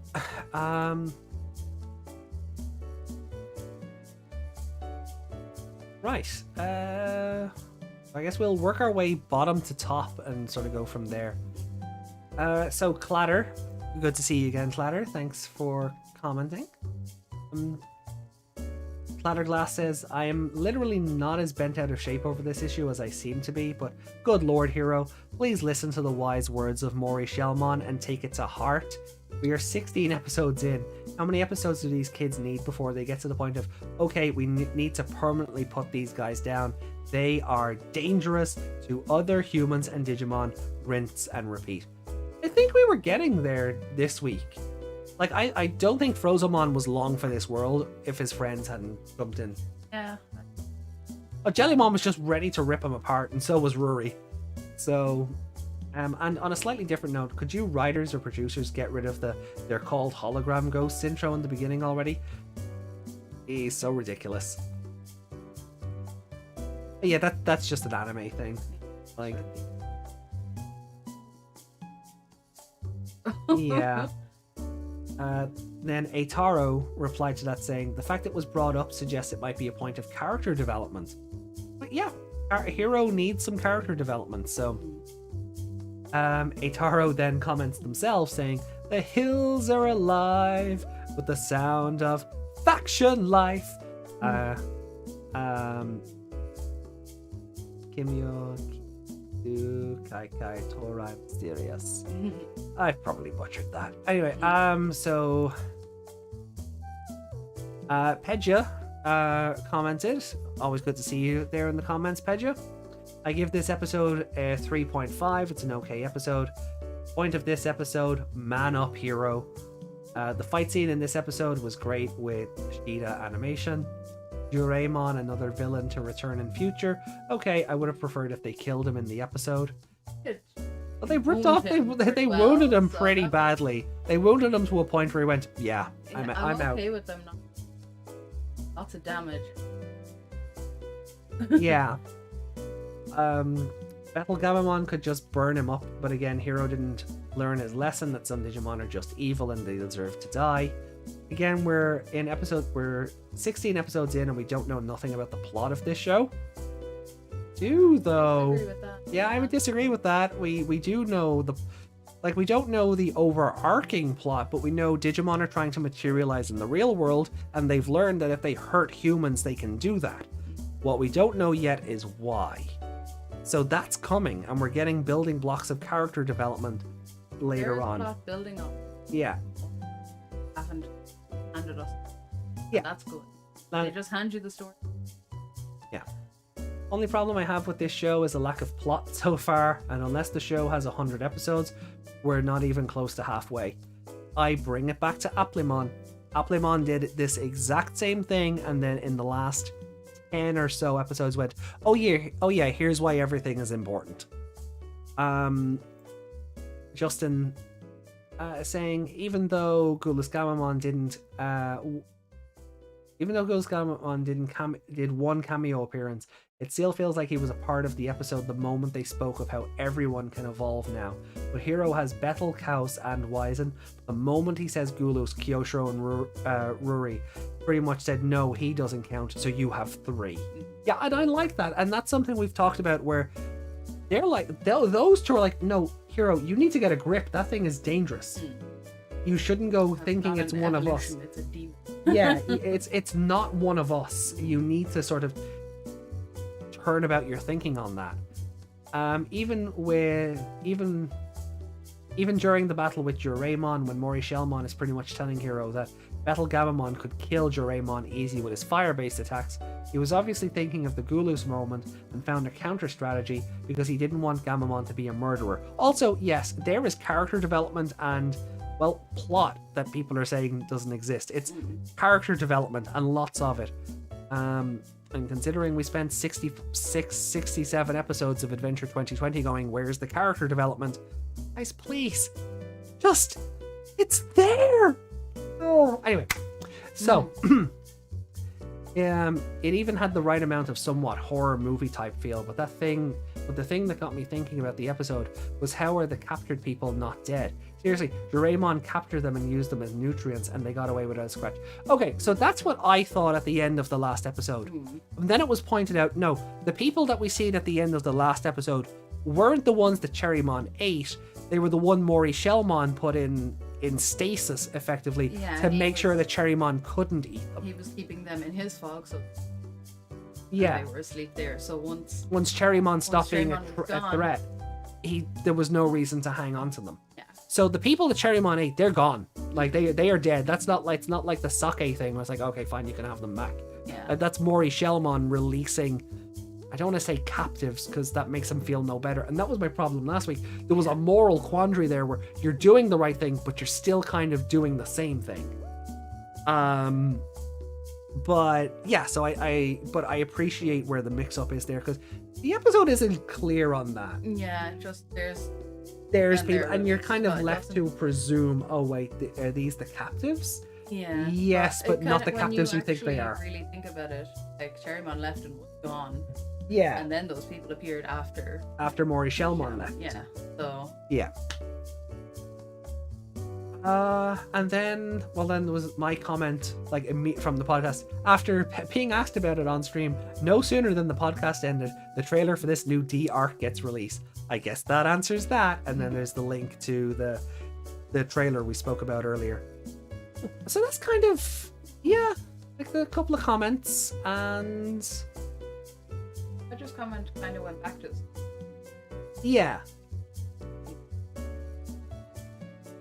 No. I feel like yeah. God isn't here the villain defeat. Yeah, the villain and defeat that's the villain. It's like and the relationships with characters, how they why they do it.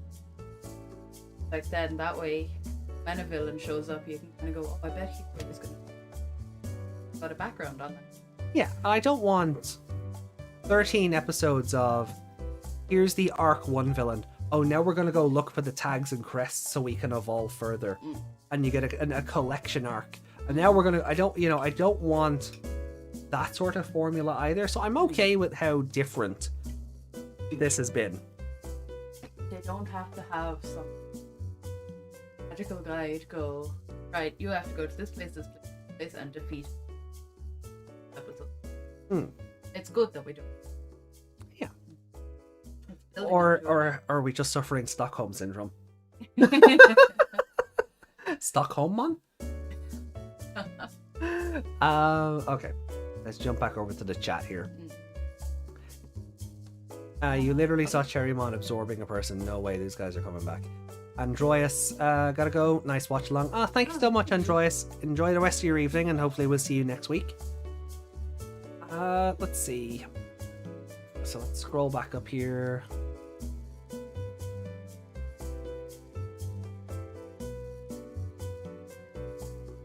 Yeah. Ow. And yes, it was 5 episodes for Jellymon as favorite character. As it's only occurred to me this week, there's no point differentiating between both forms as they have the same personality. I only did. Oh yeah. Meg, I think. No, Meg... I'm not doing Jellymon again. I'm doing. Yeah. That's a whole different. Yeah, it's No.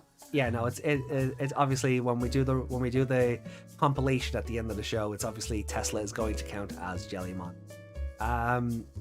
If a friendship punch was a thing, Masaru would have been more liked by characters in the show over most still wanting him dead.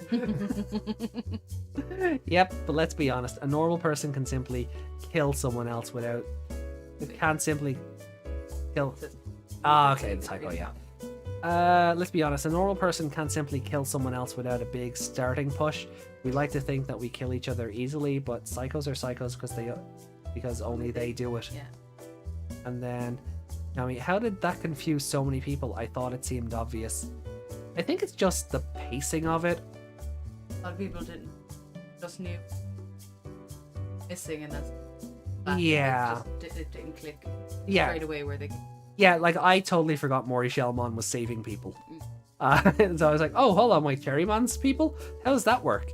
And then when you guys put it to... Oh, right, yeah, that's a thing. So... Kind of Yeah. You're like, oh wait, yeah, you were saving people. Yeah. You didn't just want to kill him, you were... Yeah. You literally saw Cherrymon absorb a person whole in the episode. No way they're coming back. Yeah, that's what we thought about the people getting turned into sake, but... Well, we don't exactly know what...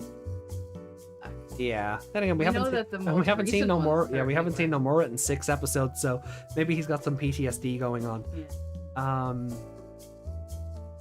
I forced the fuck out of him first, and now Yeah. that he was good. Ew. That's stupid. No, I know, but just to think about, it's just ew. Alrighty.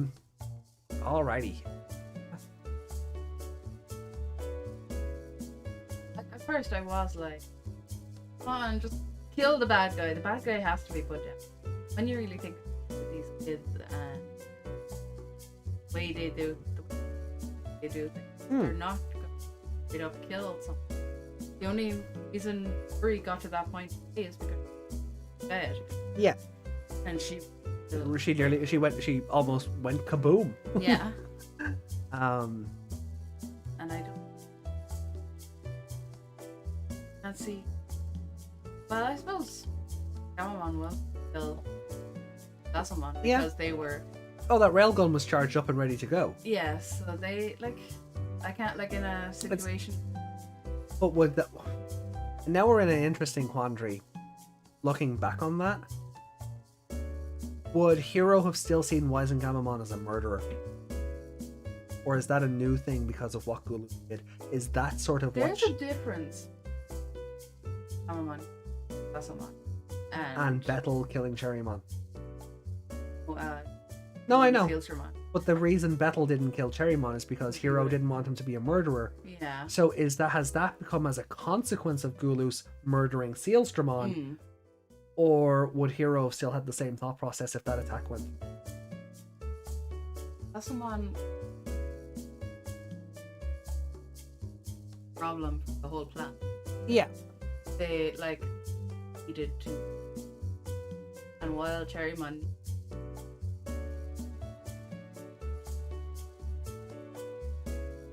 they needed to be wiped out. They were Yeah. essentially Yeah, no, it's an interesting because again, it's the moral dilemma of the character's mentality that we're building upon, and I doubt it'll even ever get brought up again. It was, yeah. Like I doubt it'll even get brought up again, but it's an interesting thought to sort of have tinkering away in the back of the head. But before that, I guess because yeah, they didn't realize that it die so much at just getting rid of Sassamon. He wasn't thinking of it dying. Yeah, and that, but I suppose that raises another question. What would they think they're doing? Like Solving data, I guess they didn't really. so they weren't in the Digimon are sentient beings mentality yet, even though their own partners sort of say otherwise. Yeah, it's not something like a... Yeah, and look, I'm spitballing here. These are questions I really doubt we're ever going to get answers to. Yeah. Um. Kind of a thing with character going, look, what did you do at this point? Yeah, and that's not going to happen unless we can. Yeah, unless we can interview here, unless we can we open up a third chat bubble here, and we get Hero actually on screen. Mm-hmm. Yeah, I don't think that. No, I meant this. I meant that they could. Yeah, I'd be interested in seeing like if anything comes out later on, like design documents and things like that, or if people have questions. Yeah. When is that? The con is the end of this, or the 20-something. Is that... I don't think so. Well, not live stream. If it gets if a translated VOD gets put up on like the Bandai account's YouTube channel, we could totally do like a watch along, and we could do something similar to this. Yeah. That's less legally dubious than I think we could actually put it on screen. YouTube, we could just put. That's what I mean. We could actually put it on the screen, unlike the episodes. But we wouldn't have to. Yeah, people watch along with us. So February 26th is when Digimon Con is happening. That is 3 weeks from now. Because it's still, we're still this side of the world. We're in Sunday into Monday territory, so it's not quite Monday yet. So 3 weeks from now.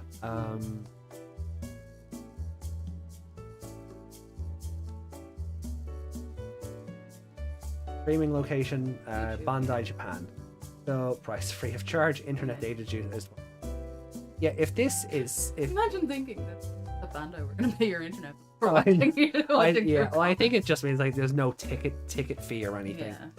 Yeah. So they say content will be anime special planning segment, series game info segment. So we're getting Survive news. Vital Bracelet series new info and special app related planning segment. Okay, so in Vital Bracelet 2.0 maybe. I mean, we could watch it in Japanese. Yeah, okay. I'm sure there'll be presentations. Yeah, we could. We'll work it out. Turn it off for a special live performance. Yeah, or we'll just mute it at that point. Play the elevator music currently ongoing. Announcement of the initial selection of the illustration competition, and then a special live performance. Timetable and other details to be announced soon. So that's cool. Card subject to change. Yeah, I do love that background as well. Feel it. It seems it's a multi-layered image. Oh. Oh, that's pretty. Yeah, maybe. Yeah, so we'll work something out. We'll fancy up the podcast background maybe for the watch along. Yeah, I'm doing it.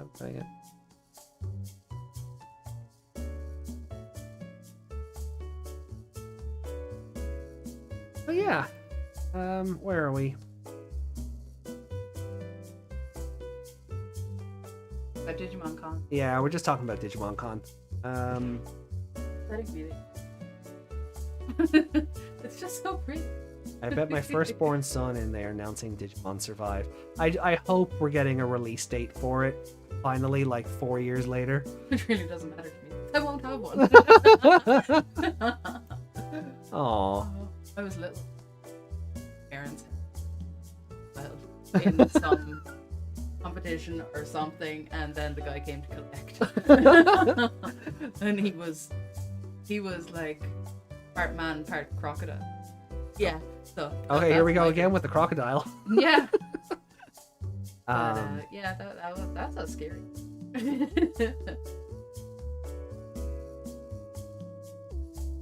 I love the artwork. I love all the artwork and the cards. Any Atmon. I doubt it, but I'll help you burn the candle on both ends with that one sleek. I can't say I'm too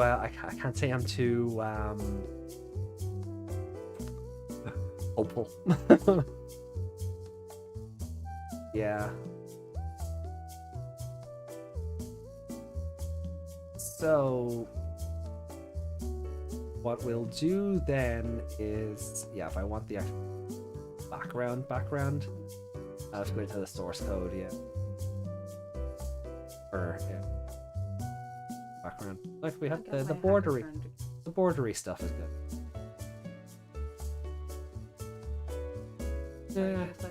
Yeah, it'll be good. Reference Re-Arise. Re-Arise season, what season is Re-Arise on now? 2 still? Was season 3 for that? Or season 4? I checked out on Re-Arise after I wasn't allowed to bring my game save data over to the new phone, so... Yeah, that was... Yeah... Other games just... Yeah, well that's it. I tried to do that. I tried to sign in, because it was like, sign in! Because I had... Because you know when it does that sign in through Twitter or sign in through Facebook, I thought, okay, well I'll do that again and I'll just pull. And I tried to do that and it was like, user not recognized. I'm like, I don't want to have to go through all that again, all the raising, all the farming, all the everything. What happened? Tapped out. That's under. Yeah. I signed out of the phone, the old phone, not installed. All it in it. Was there. Yeah, and they mostly are, but for whatever reason the login process failed, so it just went, yeah, you don't exist. Start over, have fun. But oh well. Maybe I'll get back to it one day. I'll play it through the Android emulator or something. Through BlueStacks.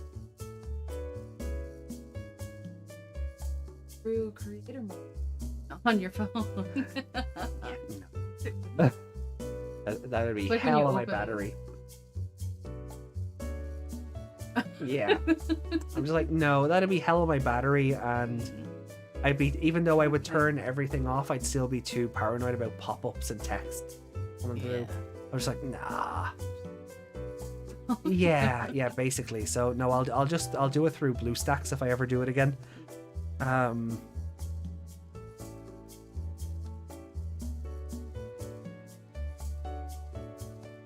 Like with Pokemon Go, play that for a week. Win and play it for like an hour straight. Yeah. Like a community day. Well, Pokemon Go doesn't have a story. This is true. So you'd have story segments to go into. But like, forget about it.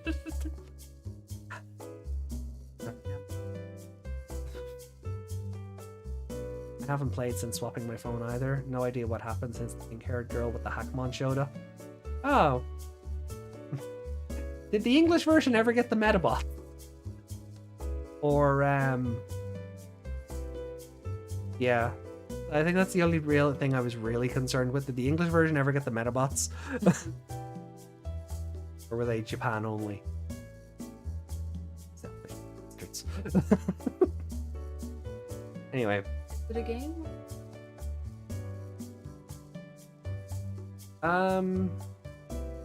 Yeah, like you have an energy bar that goes down, but I never found I didn't have enough. because the game will give you items to refill your energy, like it'll give you batteries to charge up, or the story segments you'll have just enough to get through that for the day, and then it'll just rebuild overnight or whatever.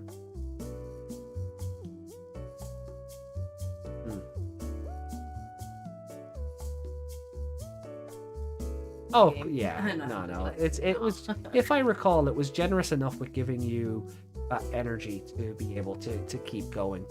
You'd spend one battery and that'd bulk your energy up like 5 or 10 or whatever, and like, okay, grand. Well, now I have enough to do this thing, and then I'll stop.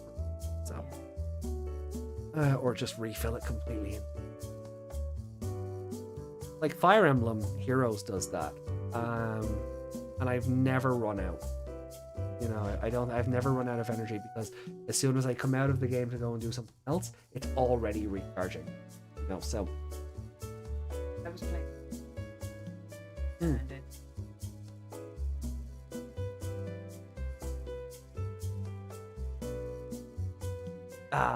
Right. You know, get in basically, but like you started and you can only earn so many coins a day. Right. And passport.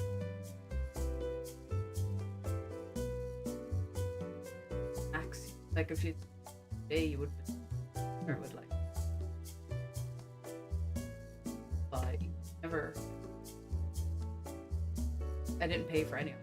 Oh, of course. Ads and everything to get coins in this game, and then I hit a point and it wanted. So you weren't doing a capitalism. No, and it wanted like 20 passports to get through the store. And I was just like, right, well, I'm not playing anymore. Yeah, because I'm not paying you money. Yeah, that's a bit excessive. That's Characters were all like, Bruto, and I was enjoying the story up until like, no, not getting any money. Oh, that sucks. Yeah. Oh well, we won't go there. I did do a capitalism there. Yes, you did. For anyone wondering, doing a capitalism is a reference to Animal Crossing. So use the ATM if you. Yeah, it's an actual line in the game, said by the hippie character. Yeah, I got an ATM installed in case you want to do a capitalism. You're the one who set up the island. Nothing. We're doing. Yeah. Oh no, man, I'm not doing transactions. My hands are. No, my paws even. I got Harvey's a dog. Anyway. We've just gone off track. Yeah. Well, look, I said we are a variety podcast that talks about Digimon. But I think we'll get ready to get out of here now, because it is 12:15 and I do have work in the morning, so. Oh boy. I don't.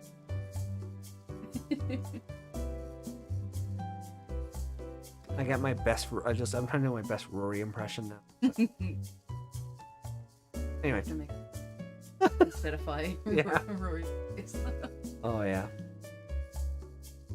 I can do emojis again. I need to set members back up. The hassle. But it's in theory I can. Yes, I have the facility to do it. I'm just. Yeah.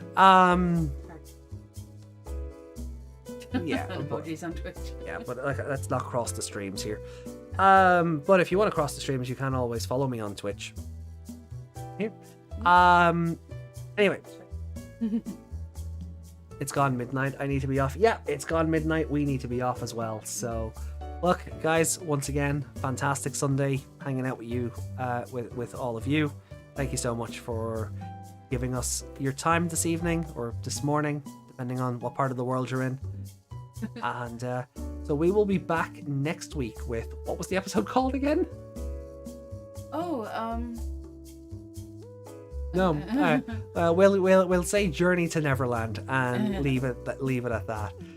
But hopefully, maybe during the week we'll do something else if the episode synopses come out. That was one thing I did want to check before we finished up, just to be sure. Like, if the episode synopses are out, I'm not going to start talking about them now because it is after 12. Night, Yami.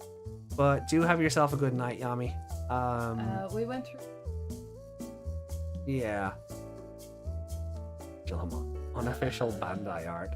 That's Angela Bandai Man. art of Wasn't it called Kidnapping Children? I'm sorry. Digimon TCG hire me to make some meme cards. God. So it's Angela Mon done in the Bandai art style. That's... Oh.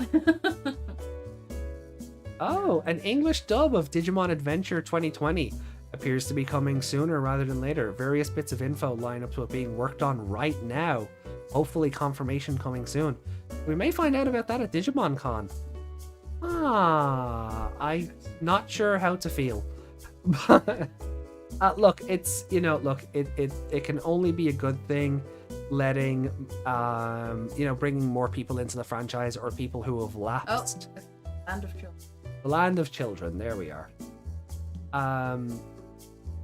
Bringing lapsed fans in who didn't want to watch the Japanese version, and it can only be good. I just hope they bring back some of the original voice actors. But then again, it being a different universe, if we got different actors for the characters, that also wouldn't be awful. It can indeed. So yeah.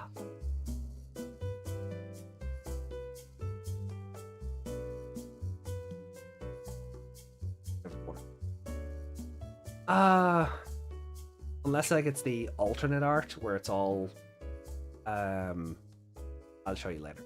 But anyway, so the synopses anyway for 18 through 21 or whatever don't seem to be out yet. So if they come out during the week, we might do just a catch-up video on that. But otherwise, we are done for today. So thank you all so much for joining in. I hope you have a great week ahead. And hopefully we'll see you over on Twitch during the week for more Danganronpa, Pokemon, and Xenoblade shenanigans, along with Meg's Pokemon and Sense. And a bit of Sonic. You're playing Sonic. Yeah, so you're still playing through Sonic 2, so that'll be great. Alright, well guys, we're going to check out. Love you and leave you. All the best, and long lat. Where's my end? Brilliant. Goodbye all. Thanks for being here. Much love.